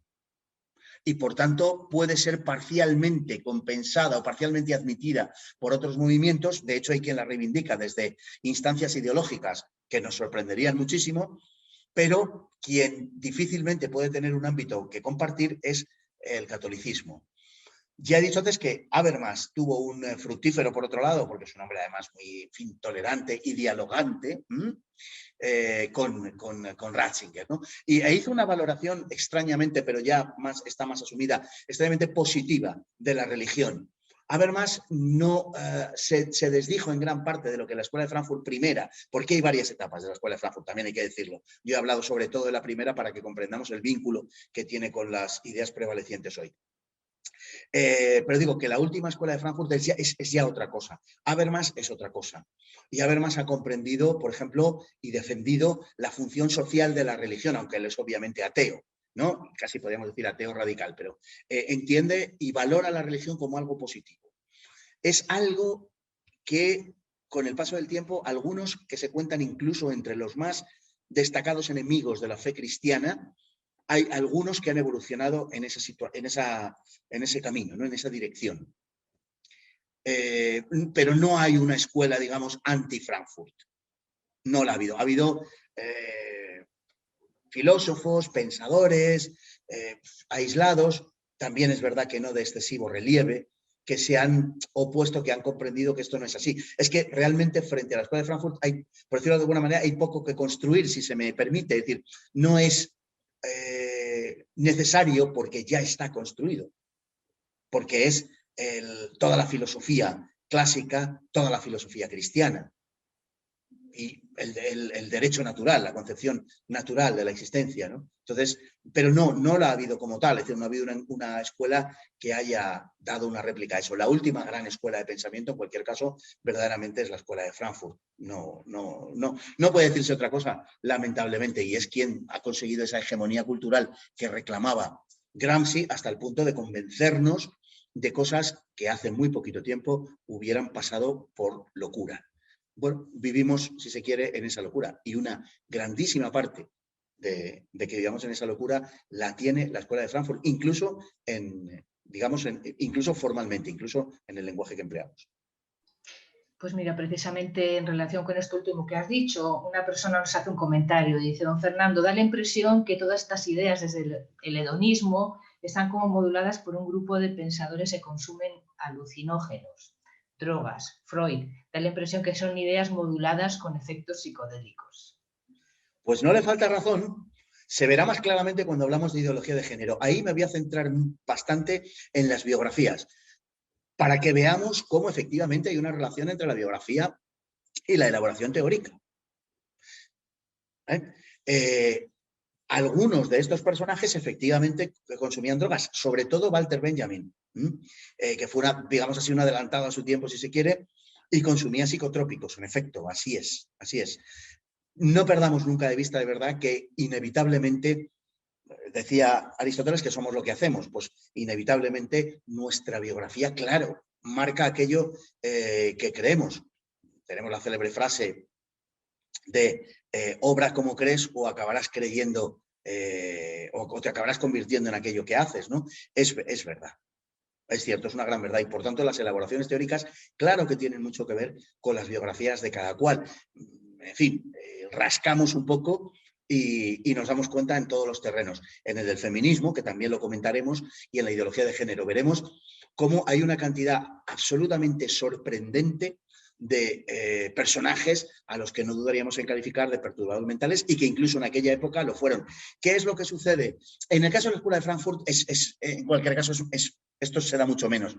Es una escuela mucho más formal. Realmente componían un grupo elitista, un grupo, esto se da muchas veces en la historia de la cultura, un grupo desconectado de la realidad y que por tanto no necesitaban, digamos, tomar los referentes de la naturaleza, ni muchísimo menos. Es decir, eran laboratorios de ideas que obraban al margen de la realidad. Esto naturalmente produce monstruosidades, pero está en la línea del idealismo, aunque no sean idealistas, pero están en esa línea de construir al margen de la realidad humana, por decirlo así. ¿Por qué? Porque aspiran a una revolución antropológica, mientras que el concepto cristiano, la filosofía cristiana afirma que somos de una determinada naturaleza y que jamás construiremos aquí el paraíso, que el paraíso no está en la tierra. Algo que finalmente, como hemos visto, acabará admitiendo la Escuela de Frankfurt, pero que las grandes utopías niegan, porque sí afirman que se puede construir aquí la sociedad perfecta. Pues digamos que esa concepción cristiana es el único arma realmente eficaz, digamos, porque una y otra vez las emanaciones de la Escuela de Frankfurt, la ideología de género, como veremos, y el feminismo se dan de bruces con la realidad, se dan de bruces con la naturaleza. La esperanza de que el mundo no sucumba a esta locura consiste justamente en eso, en que es tan antinatural que necesariamente tiene que fracasar.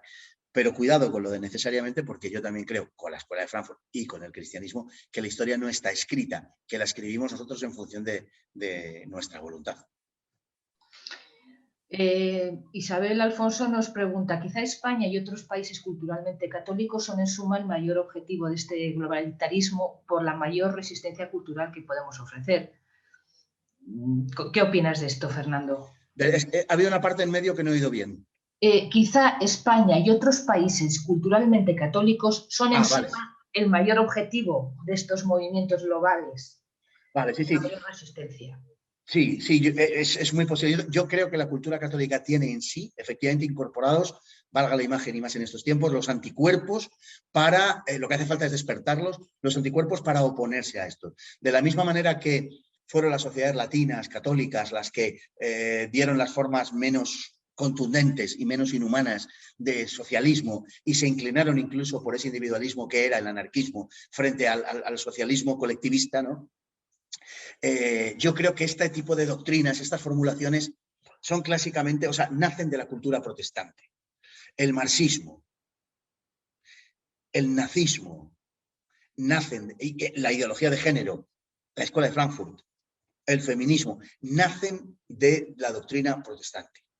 Y por tanto, efectivamente, las sociedades católicas tienen una capacidad mucho mayor de respuesta, aunque últimamente soy un poco menos optimista a la vista de cómo se está comportando la sociedad española en esta pandemia. Pero, en fin, de verdad que quiero pensar que sí, que los anticuerpos están ahí. Y creo que efectivamente son sociedades que pueden enfrentar con muchísimo más éxito todo esto. Son sociedades que se dejan llevar en ocasiones, a las que les parece importarle todo les parece importar un pito. Bueno, pero siempre llega un momento en que lo imprevisible surge. Y creo que por la propia naturaleza del catolicismo, por ese énfasis en la libertad humana y por ese énfasis en la hermandad de los seres humanos, creo que eso, sinceramente, es algo que nos puede servir, no digo ya de vacuna, porque ya es tarde para una vacuna, pero sí de cura. También lo creo. Clarísimo.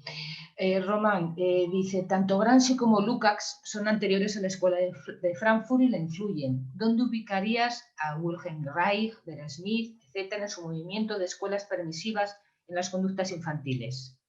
Sí, Wilhelm Reich es también contemporáneo de la escuela, tanto de Gramsci como sobre todo de la escuela de Frankfurt, un poquito más posterior. Escribe lo más importante de su vida entre los años 30 y 50. Va a ser un personaje fundamental cuando hablemos de ideología de género, es uno de los personajes fundamentales. Tiene muchos paralelismos, indudablemente, porque elabora la teoría psicosexual y también freudo-marxista. Y bueno, pues ya veremos su biografía, que es verdaderamente terrible, verdaderamente atroz. Y efectivamente es uno de los que se lanza a la liberación sexual de los niños, también por un aspecto biográfico suyo.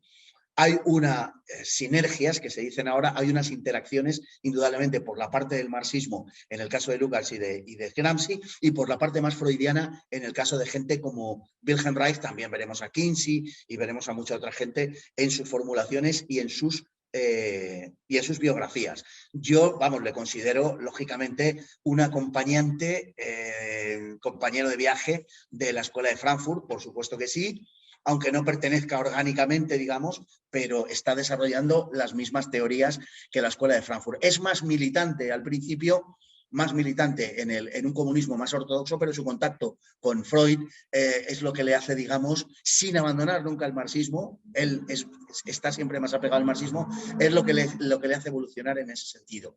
Tendrá sus epígonos, tendrá sus continuadores, bueno, todo eso lo veremos, pero es fascinante, verdaderamente, lo de la ideología de género. Es una locura tal que solo puede proceder de unas mentes enfermas. Y veremos cómo, en efecto, en gran parte es así. Wilhelm Reich,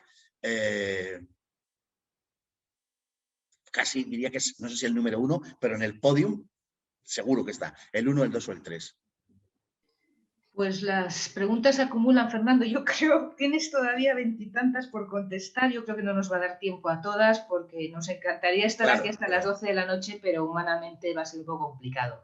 David también hace una pregunta. Dice, toda la ideología proveniente de la Escuela de Frankfurt parece estar llena de contradicciones y ser contraria al sentido común. Defender ideas como esas no debería suponer un esfuerzo mucho mayor. ¿Es que en realidad estas contradicciones calan con facilidad en la mayoría de la gente o que se ha dispuesto para ello una cantidad exagerada de medios? Claro. No. La Escuela de Frankfurt, como otras formulaciones, como el propio Gramsci, tienen muy claro qué es lo que hay que hacer. Tú puedes hacer de una población lo que quieras, con tal de tener los resortes de la educación y de los medios de comunicación. En el fondo, todas las luchas sociales giran en torno a eso. Las luchas por controlar la sociedad, por ser hegemónico en la sociedad, es controlar la educación y los medios de comunicación. Eso, sobre todo la izquierda, lo tiene absolutamente claro. Y hoy los globalitarios lo tienen absolutamente claro. Hay que conseguir lo que se llama la hegemonía cultural. Eso de que hablábamos antes. Bueno, ¿qué es la hegemonía cultural? Es que mis ideas son las que están en circulación. Y todo aquel que se opone a mis ideas es ridiculizado. Queda como algo, en fin, execrable, algo simplemente de lo que reírse. El castigo en nuestras sociedades es reducir al otro, al diferente, al disidente, reducirlo a objeto de risión. Es lo que hacían, y engendrar así el desprecio, ¿no? Es lo que hacían los totalitarismos del siglo XX.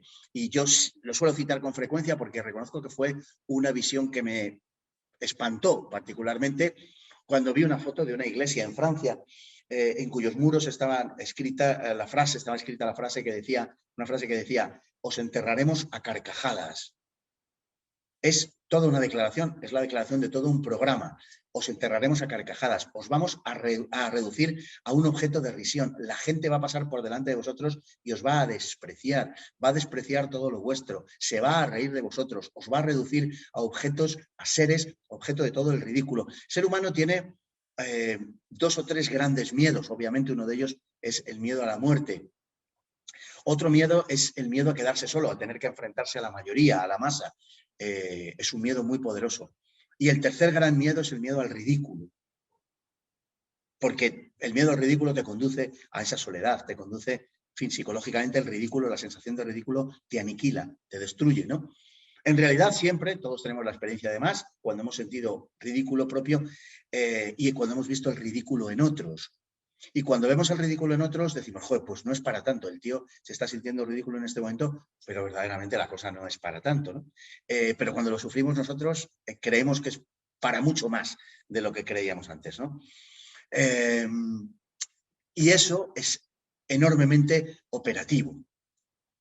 Entonces, cuando tú tienes unos medios de comunicación que te están diciendo, machaconamente te están lanzando un mensaje, tú no te puedes, es muy difícil, tienes que tener una gran claridad de ideas para oponerte a eso. Hay un experimento, lo pueden buscar en YouTube, que, bueno, yo en uno de los programas que hice de la inmensa minoría lo saqué porque me parece muy instructivo, que se llama el experimento ASCH, A-S-C-H.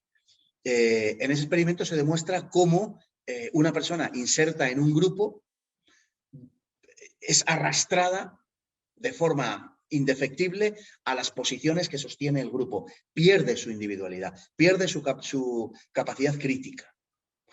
Así funciona la sociedad. Cuando tú ves y así se forma la opinión pública, cuando tú ves una y otra vez que te repiten lo mismo, aunque vaya contra tu experiencia, aunque vaya contra todo lo que tú sabes que es verdad, contra todo lo que crees, es igual, te acaban doblegando. Por tanto, y es así, hemos llegado a creer cosas increíbles, inconcebibles, que el sexo depende de mi voluntad, que el sexo natural no existe, que de forma natural los hombres no tienen unas inclinaciones y las mujeres otras. Y eso va contra todo lo que sabemos, contra toda nuestra experiencia, contra todo lo que vemos continuamente. Es igual. Nos lo creemos. Nos lo creemos porque tenemos miedo de ir contra el grupo, de hacer el ridículo, de que alguien nos apabulle en la calle, hablando en una discusión, en un debate, no digo ya en un medio público de difusión. Y tenemos miedo a eso. Y porque en el fondo preferimos equivocarnos con la mayoría que tener razón solos. Y ese mecanismo es el que ellos aplican a través de la educación y a través, sobre todo, de los medios de comunicación. Ahí está la batalla. La batalla está en los medios y la batalla está en la educación, porque es cómo percibimos la realidad. El otro día recordábamos hoy recordamos lo que el otro día decíamos de Nietzsche. No importan los hechos, decía, no hay hechos, solo hay interpretaciones. Y en el terreno de lo operativo, de lo funcional, es verdad. No en el terreno del ser, no en el terreno real, digamos, pero sí en el terreno de lo que percibimos y en el terreno de lo funcional. Es cierto, no hay hechos, hay percepciones. Yo puedo, estamos todos, saturados de estos ejemplos, ¿no? De cómo se dan las informaciones de una orientación ideológica y de otra, ¿no? Por ejemplo, todos los medios de comunicación. Bueno, sabemos cómo lo hacen. Y ese hacer va calando en nosotros continuamente y nos condiciona la percepción de toda la sociedad y de toda la realidad. Pues al hilo de todo lo que estás comentando, Rosana, más que una pregunta, nos hace un comentario y después la siguiente pregunta, que ya la has comentado antes, va a ser el papel de la masonería y su relación con la Escuela de Frankfurt. Pero te leo primero lo que nos dice Rosana. Dice, a partir de lo que respondes a mi primera pregunta, en esa destrucción de las figuras de autoridad se consigue la destrucción de toda una sociedad. Pues una organización ideal podría ser una pirámide. a no ser que todos fuéramos iguales en comprensión, y no lo somos. Al truncar la pieza de arriba, todo eso desmorona y ya no se sabe qué es bueno y qué es malo, qué es verdad y qué es mentira. Ahora cualquiera puede tratar de gobernar un país como si fuera un derecho para todos, en lugar de un puesto para el que muy pocos cumplen las condiciones. Esto es malo para todos. Somos tan borregos también porque nos faltan líderes y héroes que nos guían. Este es el comentario que hace Rosana y luego ya hay una pregunta que hace Héctor sobre el papel de la masonería. Bueno, el comentario de Rosana, pues no puedo más que firmarlo, o sea, absolutamente. Es así, y además es una sociedad en la cual, bueno, está, yo creo que claramente visible en las formas, es una sociedad enormemente decadente, es una sociedad que en fin, ofrece unas muestras casi inequívocas de que está al final de un proceso civilizatorio, ¿no? Me parece que bastante evidente. Y por tanto, asistimos a la destrucción, sí, de todas esas figuras. Claro. Y una sociedad no se puede mantener de otra manera. Antes había incluso el reconocimiento casi instintivo a los mejores, ¿no? Es decir, a aquellos que interpretábamos pues, que efectivamente tenían unas capacidades superiores por cualquier razón, naturales o adquiridas, lo que fuera. Pero bueno, decíamos, joder, este tío, joder, lo que sabe de tal, lo que sabe de cual, pues, y uno se callaba y tal. Ahora lo que decimos, ¿no? Lo que defendemos, lo que decimos por lo menos que creemos, es que esa es tu opinión y nos quedamos tan anchos, ¿no? Alguien te dice 2 y 2 son 4 y dice, bueno, esa es tu opinión, para mí son 5. Yo he tenido la experiencia en clase de no me pasó a mí, le pasó a un compañero dando una clase de química que estaba pintando en la pizarra, pues no sé, una ley química o física y la estaba desarrollando. Y según la estaba explicando, uno de los alumnos le dijo al profesor, pues yo no soy de esa opinión. O sea, como si la ley de Boyle-Mariot, qué sé yo, o la ley de la gravedad, en fin, lo que fuera, fuera una cuestión de opinión. Bueno, es que creemos verdaderamente que podemos refundar el mundo o fundar el mundo directamente a partir de nuestra voluntad. Nos han vendido esa historia. Y eso parte del principio de que nos creemos la mejor generación de la historia. Nos creemos tanto que somos la mejor generación de la historia que nos sentimos autorizados a enjuiciar desde nuestro Olimpo moral e intelectual, a enjuiciar al resto de generaciones que nos han precedido y aún peor, no ya a enjuiciarlas, que ya sería bastante, sino a despreciarlas, a reírnos de ellos como si fueran una sarta de imbéciles que no han hecho más que disparates hasta que hemos llegado nosotros y nos hemos dado cuenta de que todo es mentira, de que todo es una estafa, de que el sexo no existe, de que no existe la cultura ni las patrias, de que son constructos sociales y toda la serie de idioteces que nos han hecho creer. Bueno, hemos llegado a ese punto, desgraciadamente. No se puede decir más, pero es que es a través de, efectivamente, de esos mecanismos que nos tienen pues completamente, ya en la posmodernidad, nos tienen atomizados, nos tienen fragmentados. La pregunta era masonería y escuela de Frankfurt. Bueno, la masonería, vamos a ver, la masonería tiene importancia en la historia verdaderamente hasta el siglo XIX. En el siglo XX ya decae mucho su importancia, excepto en los países católicos y los países latinos, donde sí mantiene su importancia. La masonería, por ejemplo, hoy es relativamente importante en Francia, en España, en Italia, en Hispanoamérica, en Portugal. Tiene su importancia todavía, pero la masonería ya no es ni la sombra de lo que fue en muchos otros países. ¿Por qué? Pues porque ha sido sustituida con ventaja por otros organismos. Hoy la mayor parte de la gente que acude al foro de Davos, que acude a Bilderberg, que está en Naciones Unidas, que está en Bruselas, ya no pertenecen a la masonería porque ya no es necesaria. La masonería era un instrumento cuando, digamos, el nivel de comunicación era el del Estado-Nación. Hoy que ya esa comunicación ha sido rebasada y que se han ejecutado una gran parte de los planes de la masonería, ya no es tan importante como antes. Podemos decir casi, yo no diría que ha muerto, pero podemos decir casi que ha muerto de éxito o que está, en fin, en un estado un tanto catatónico precisamente por el éxito. Sí que hay élites en los países latinos, en los países católicos, en los países del sur de Europa y en los que estos tienen influencia, sobre todo en América, sí que hay todavía una importante influencia de la masonería. Pero la Escuela de Frankfurt, no nos olvidemos que es alemana y luego que estuvo en Estados Unidos. Y allí la masonería como tal no es excesivamente importante. Además, La masonería en Estados Unidos sí tiene una cierta importancia en los altos niveles de la sociedad, pero tampoco tiene exactamente la significación que tiene en Europa. Hay dos grandes ramas de la masonería, la continental y la anglosajona. La anglosajona es mucho más... La anglosajona se diferencia poco del protestantismo, de ciertas expresiones del protestantismo. Es sí anticatólica, pero no anticristiana en cuanto a que una parte del cristianismo es protestante. La masonería continental sí es fuertemente anticatólica y anticristiana. La Escuela de Frankfurt con la masonería como tal no tiene ninguna relación particular. Por otro lado, los miembros de la Escuela de Frankfurt eran ateos, de origen judío, y se movían, como digo, en un medio germánico. No sé de la adscripción de ninguno a la masonería y francamente me extrañaría mucho. Ya digo que hoy la masonería es vista por los globalitarios, como decimos, es vista por el globalismo como una institución un poco del pasado, una institución que ha sido sobrepasada por otras formulaciones de tipo globalitario. Naturalmente que la ideología es la misma, podemos llamarla masonería o en definitiva, ¿qué más da? ¿No? El Club Bilderberg, pues, o el Foro de Davos, pues si es que es exactamente lo mismo. Es lo mismo, yo diría que en periodos históricos distintos, aunque todavía hay una inercia de organizaciones masónicas que tienen una cierta importancia, sin duda. Manuel Serrano te pregunta, ¿cómo se puede corregir todo esto para que España y los españoles puedan remar todos a favor de la verdad, ya que esta verdad nos hará libres y prósperos? Eso es muy difícil. Yo creo que en España hay un núcleo duro del país, de la sociedad, que se resiste a ser dominado, que se resiste a ser sometido, pero creo que hay una mayoría de la población, y esto es así también en todas las sociedades, no nos vayamos a engañar. Digo que creo que hay un núcleo mayoritario de la población, bueno, pues que les trae las cosas sin cuidado, u otros que no es que les traigan sin cuidado, pero que bastante tienen, pues levantarse a las 6:30 de la mañana, desayunar como puedan, irse a trabajar y llegar a tiempo a casa, pues no sé, pues a recoger iba a decir a los niños, bueno, normalmente al niño, si es que lo tienen, o la niña, y no sé, ver alguna serie en Netflix a las 9:30 de la noche cuando le sueltan, ¿no?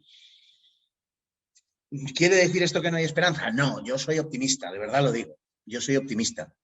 Hay veces que uno se deja llevar un poco por la desesperanza porque ha tenido un mal día, ¿no? Como suele decirse, una mala tarde la tiene cualquiera. Pero en general yo soy optimista. Yo creo que no es necesario que la mayoría esté convencida de una cosa para que eso triunfe. Hay innumerables ejemplos en la historia y recurriré solamente a uno, que es el de la conversión del Imperio Romano al cristianismo, ¿no? Que en el conjunto del imperio, cuando se convierte al cristianismo en el siglo IV, no hay más de un 25% de cristianos. La mayor parte de la gente ya ha perdido las creencias paganas, ya eso no se lo creía nadie, o casi nadie, pero eran indiferentes. Sin embargo, Constantino I autoriza el cristianismo ya, de lo que será de forma definitiva a partir del Edicto de Milán, y luego Teodosio, por cierto, un hispano, hace del cristianismo la religión oficial del imperio. Y no era más que una cuarta parte, y además bastante desequilibrado porque estaba mucho más cristianizado el este del imperio que el oeste, ¿no? Bueno, no obstante, unos siglos después, Recaredo tuvo que convertir su reino al catolicismo el 589 en el Concilio de Toledo III, porque no había manera de que los habitantes hispano-romanos de la península aceptasen el arrianismo, que no, y que eran católicos. Así que, bueno, yo tengo sinceras esperanzas. Desgraciadamente, el hombre contemporáneo, posiblemente el hombre siempre, ¿no? El ser humano desde siempre, lleva en su seno una notable carga de egoísmo y piensa sobre todo y mira sobre todo por lo suyo, por lo personal. Bueno, muy posiblemente. Sí creo que mucha gente se va a ver muy afectada por todo lo que está pasando, pero el dominio de los medios de comunicación y de la educación es terriblemente peligroso, como hemos dicho. Claro, yo estoy viendo cómo la gente reacciona pues, a estas cuestiones de la pandemia, tanto en el aspecto sanitario como en sus derivadas políticas, y a uno le cuesta tener verdaderamente confianza en que la población desarrolle la capacidad de defenderse del asalto a su intimidad, porque ya no es casi ni su libertad, es que es su intimidad. Estamos viendo, bueno, lo último con la obligatoriedad de la vacuna en Galicia, por ejemplo, o del PP, o en Aragón, del PSOE, donde el gobierno de Aragonés se atribuye la capacidad de decidir dónde tiene que residir un confinado. Una cosa verdaderamente increíble. Se están aprobando cosas verdaderamente increíbles. Por eso, estas cosas no le dejan a uno ser demasiado optimista. Yo, sin embargo, tengo un núcleo irreductible de optimismo. ¿Cómo se puede hacer? Hombre, yo creo que hay algunas señales inequívocas en nuestra sociedad de que hay una resistencia. Y vamos a ver si por diversos modos, maneras y formas, pues eso se puede acabar articulando. Inevitablemente se va a tener que acabar articulando de forma política, porque si no, no sirve para nada. Todo lo demás está muy bien, socialmente está muy bien que haya una respuesta, pero eso tiene que tener un cauce para ejercer presión. Y eso no puede ser a través, sino de la política. La verdad es que, bueno, interesantísimo todo lo que estás contando y esto se ve plasmado en las preguntas. Va a ser imposible, posiblemente, que puedas contestar a todas porque son las 8 menos cuarto. José María te pregunta, ¿consideras que tienen aportaciones positivas algunos libros de Erich Fromm como El arte de amar o El miedo a la libertad? Sí, sí, por supuesto. O sea, como Marx tiene una enorme aportación a la cultura occidental, sin la menor de las dudas. Sí, sí, sí, claro que tienen, claro que hasta en el peor de los libros hay cosas buenas, sin duda ninguna. Y en el caso de Erich Fromm tiene una gran capacidad de penetración psicológica, es verdad, es muy seductor y a veces nos lleva a sitios donde quizá no deberíamos ir, pero sí que algunas de las, en fin, de sus afirmaciones y de sus planteamientos pueden ser asumibles. También hay que decir lo mismo de Horkheimer y hay que decir lo mismo de Adorno y de Walter Benjamin. O sea, sí que tienen cosas estimables, pero por supuestísimo. Lo malo es que, si me permiten la frase, es que lo peor es siempre la corrupción de lo bueno. Y entonces, gente de altura, gente de nivel, filósofos estimabilísimos, que empiezan, como el propio Adorno, pues leyendo a Kant, ¿no? Pues terminan, en fin, en las formulaciones que terminan. El propio Habermas, del que hablábamos antes, ¿no? Es decir, acaban, en algunos casos, sosteniendo ideas que son estimables. El problema es el contexto y en el marco en el que las realizan, ¿no? Al final, pues, Erich Fromm pues es de esa escuela psicoanalítica y es un materialista, en definitiva, y claro, la explicación entra en ese concepto. Si me permitís el paralelo teológico, ya que antes he hecho uno, pues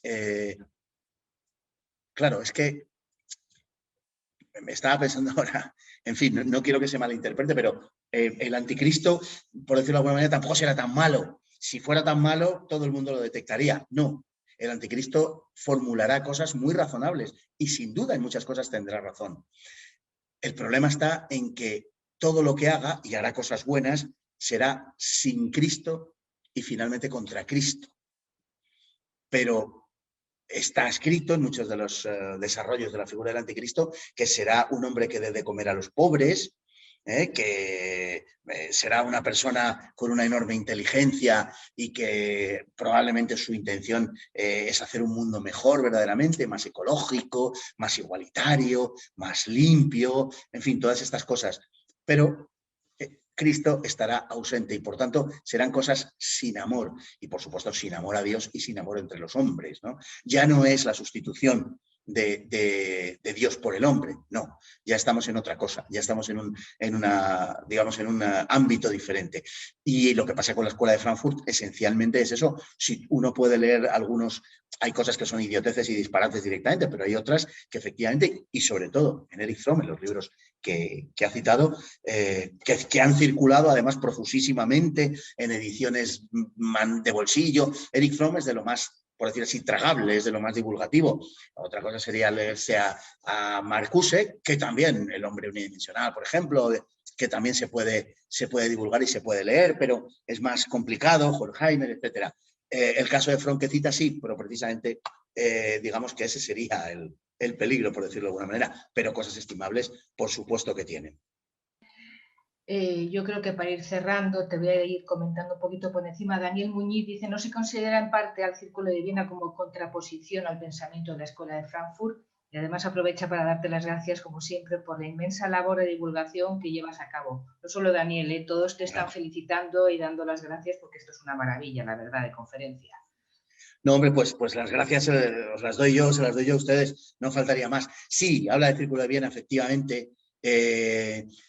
Sí ha habido algunas respuestas, pero no con el carácter masivo y de aceptación que ha tenido la Escuela de Frankfurt. También ha habido algunos digamos, filósofos liberales, el caso de Popper, que citaba yo antes, que en algunos puntos se junta con la Escuela de Viena, o sea, coinciden, pero que más allá de eso, bueno, sí ha habido algunos, pero no han tenido ni muchísimo menos el peso de la Escuela de Frankfurt, excepto el caso de Popper en cuanto a la ciencia.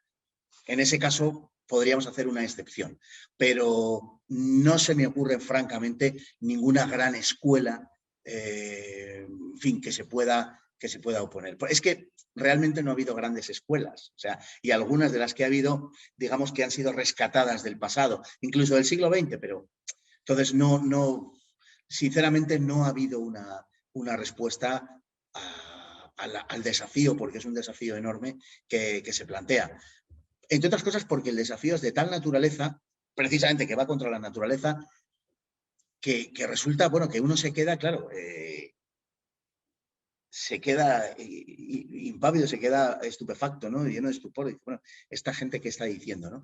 Y es verdaderamente difícil, verdaderamente complicado llegar a desentrañar muchas de las cosas que afirman. En algunos casos lo que se hace es, digamos, una aproximación por intuición, pero nada más. Es verdaderamente difícil. Han surgido figuras y luego han surgido algunas, pues, digamos, diferentes, concomitantes o tangenciales, pero no una gran escuela coordinada y desde luego que haya contado con el apoyo de la 10ª parte de lo que ha contado la Escuela de Frankfurt. Que se tuvo que abrir paso también cuando marcharon a Estados Unidos, se tuvieron que abrir paso con muchos apoyos, es verdad, pero les costó también. Y consiguieron, en fin, en cosas absolutamente impensables como lo que hemos comentado de la Fundación Rockefeller. O sea que, bueno. Eloísa, pues también está todo relacionado con lo que estás comentando. Para ella da la impresión de que no es tanto un ataque a la familia, cuanto más al orden natural de la creación, un punto focal del cual es la familia. Lo que estás diciendo, evidentemente, que se está atacando al orden natural de las cosas y que la familia es la base y que, bueno, hace un comentario un poquito más largo, dice, es la rebelión del hombre contra el creador, porque hay una revolución antropológica y cosmológica total en marcha, ideología de género o Bill Gates, etcétera, etcétera. Es un poco lo que has estado desarrollando y que ya tiene mucha razón, pienso yo. Manuel Serrano dice, Fernando, ¿se puede decir que hoy ha triunfado la mentira? Antonio Dorado nos pregunta que si existe alguna herencia claramente identificable de Hegel en el marxismo cultural y la Escuela de Frankfurt. Es que, bueno, realmente nos podíamos estar así hasta las 10 de la noche. Bueno, decir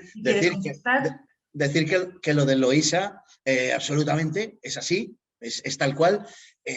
Lo que pasa es que eso ya exige una lectura, podemos decir, preternatural, que yo comparto, todo se ha dicho, pero claro que sí, es un panorama el que nos ofrece realmente de negación de la creación y, como el propio Benedicto XVI dijo, ya dando un paso más, ya no es la negación del creador, la negación de la creación. Ya no es solo eso, es incluso la negación de la propia naturaleza, es decir, la negación de la naturaleza propia. Hemos llegado ya a ese punto, ¿no? Bueno, pues efectivamente estoy absolutamente de acuerdo. Lo que sucede es que ellos están empeñados en una transformación social porque son herederos de esa intuición o mejor dicho, de esa voluntad marxista de Marx, marxiana diríamos, de cambiar la sociedad, de transformar la sociedad, y entonces a ellos lo que les importa es la función social. Y en la función social la familia es esencial, por eso su punto de mira en la familia. En cualquier caso, la muerte, la desaparición, la destrucción de la familia es una consecuencia, aunque no fuese el objetivo, que lo es, confesamente, y lo volveremos a ver en la ideología de género y en el feminismo, como es el objetivo central ideológico. En el caso de la Escuela de Frankfurt está perfectamente claro, es decir, sobre todo en la personalidad autoritaria, en lo que está es en justamente eso, en la destrucción de la familia y en el control, digamos, de sí mismo, de la propia persona, en la autoedificación, ¿no? La personalidad autoritaria como germen del fascismo. Está clarísimo. Blanca te aplaude, dice que muy bueno. También te dice Fernando, cada vez mejor, perteneces a una minoría de intelectuales profundos y sin miedo que plantan cara a lo políticamente correcto, vacío de ideas. Carlos Díaz nos dice que somos muy afortunados de tenerte con nosotros, lo Bueno, suscribo, y que nos expliques las cosas de una forma tan clara. Muchas gracias, Fernando, excelente. Besos, qué lejos quedan Toynbee y Splenger, hace otro comentario. También hay otras veces preguntas sobre el Club Bilderberg, su importancia. Hablan de Constantino, del milagro de la batalla de Puente Milvio. A ver, son las 8, Fernando, ¿cómo lo ves? Yo creo que ya podíamos ir cerrando, es una pena. Cuando digáis. Cuando digáis. La verdad es que sí, que los comentarios son abundantes y darían para hablar, pues lógicamente todo y más. A mí, desde luego, yo estoy sorprendido de verdad, de la participación de la gente, de que, en fin, de las cosas que plantean, porque desde luego demuestran un buen sentido extraordinario, ¿no? Y bueno, pues no tengo más que agradecimiento y de verdad devolver todo el cariño y todas, en fin, las apreciaciones favorables que hacen, que sinceramente tengo que decir me abruman. Te pediría que no lo leyeras en la medida de lo posible y simplemente que me hagas preguntas que procedan. Es lo mínimo que te mereces y que también merecen todos nuestros seguidores, porque la verdad es que tenemos un nivelazo tanto por vuestra parte, los que vemos en la televisión y los que nos enseñáis, como los que nos ven, que es increíble. Yo estoy realmente sorprendida y agradecida a todos. Hay un comentario muy divertido, el anticristo es Greta, evidentemente. Evidentemente. Bueno, está en la línea, sí. Claro, gracias y muchas felicidades. Ya sé que tú eres muy modesto y muy humilde, Fernando, pero es que te los mereces. Muy buena exposición. Gracias, don Fernando. Estupendo y lúcido desarrollo intelectual de todo lo que has contado. Gracias por tu esfuerzo de sintetizar algo que aseguro nos llevaría varios días. Estoy totalmente de acuerdo. Gracias, maestro, como los toreros. Excelente, como siempre. Bueno, suficiente. Yo creo que todo es merecidísimo. Yo creo que siento que Fernando no pueda contestar a todas las preguntas porque se siguen acumulando. Anúncianos qué vas a hacer la próxima semana, aunque ya lo has comentado antes, y yo aprovecho para dar las gracias a todos los que nos han seguido en esta videoconferencia, que para nosotros es un orgullo por las dos partes. Pues darle las gracias a todo el mundo, por supuesto, al Club de Amigos, naturalmente. Daros las gracias a todos, de verdad, de lo más hondo de mi corazón, os lo digo en serio, y sinceramente no sé ahora mismo si es ideología de género o feminismo. Me parece que es ideología de género. Pero nos toca feminismo la próxima. Pues perfecto, pues feminismo. Pero está relacionado sí, y vas a poder hablar de todas estas cosas. Pues nada, a todos les esperamos la próxima semana, va a ser interesantísimo como siempre. Yo siempre aprendo algo con Fernando y me siento muy afortunada de tenerle siempre cerca y de poder coincidir con él muchas veces. Es un orgullo para esta casa. Igual que para mí. Muchas gracias a todos por estar con nosotros y les esperamos la próxima. Gracias, Fernando. Gracias a todos. Un abrazo. Muchas gracias a todos. Un placer, de verdad. Gracias.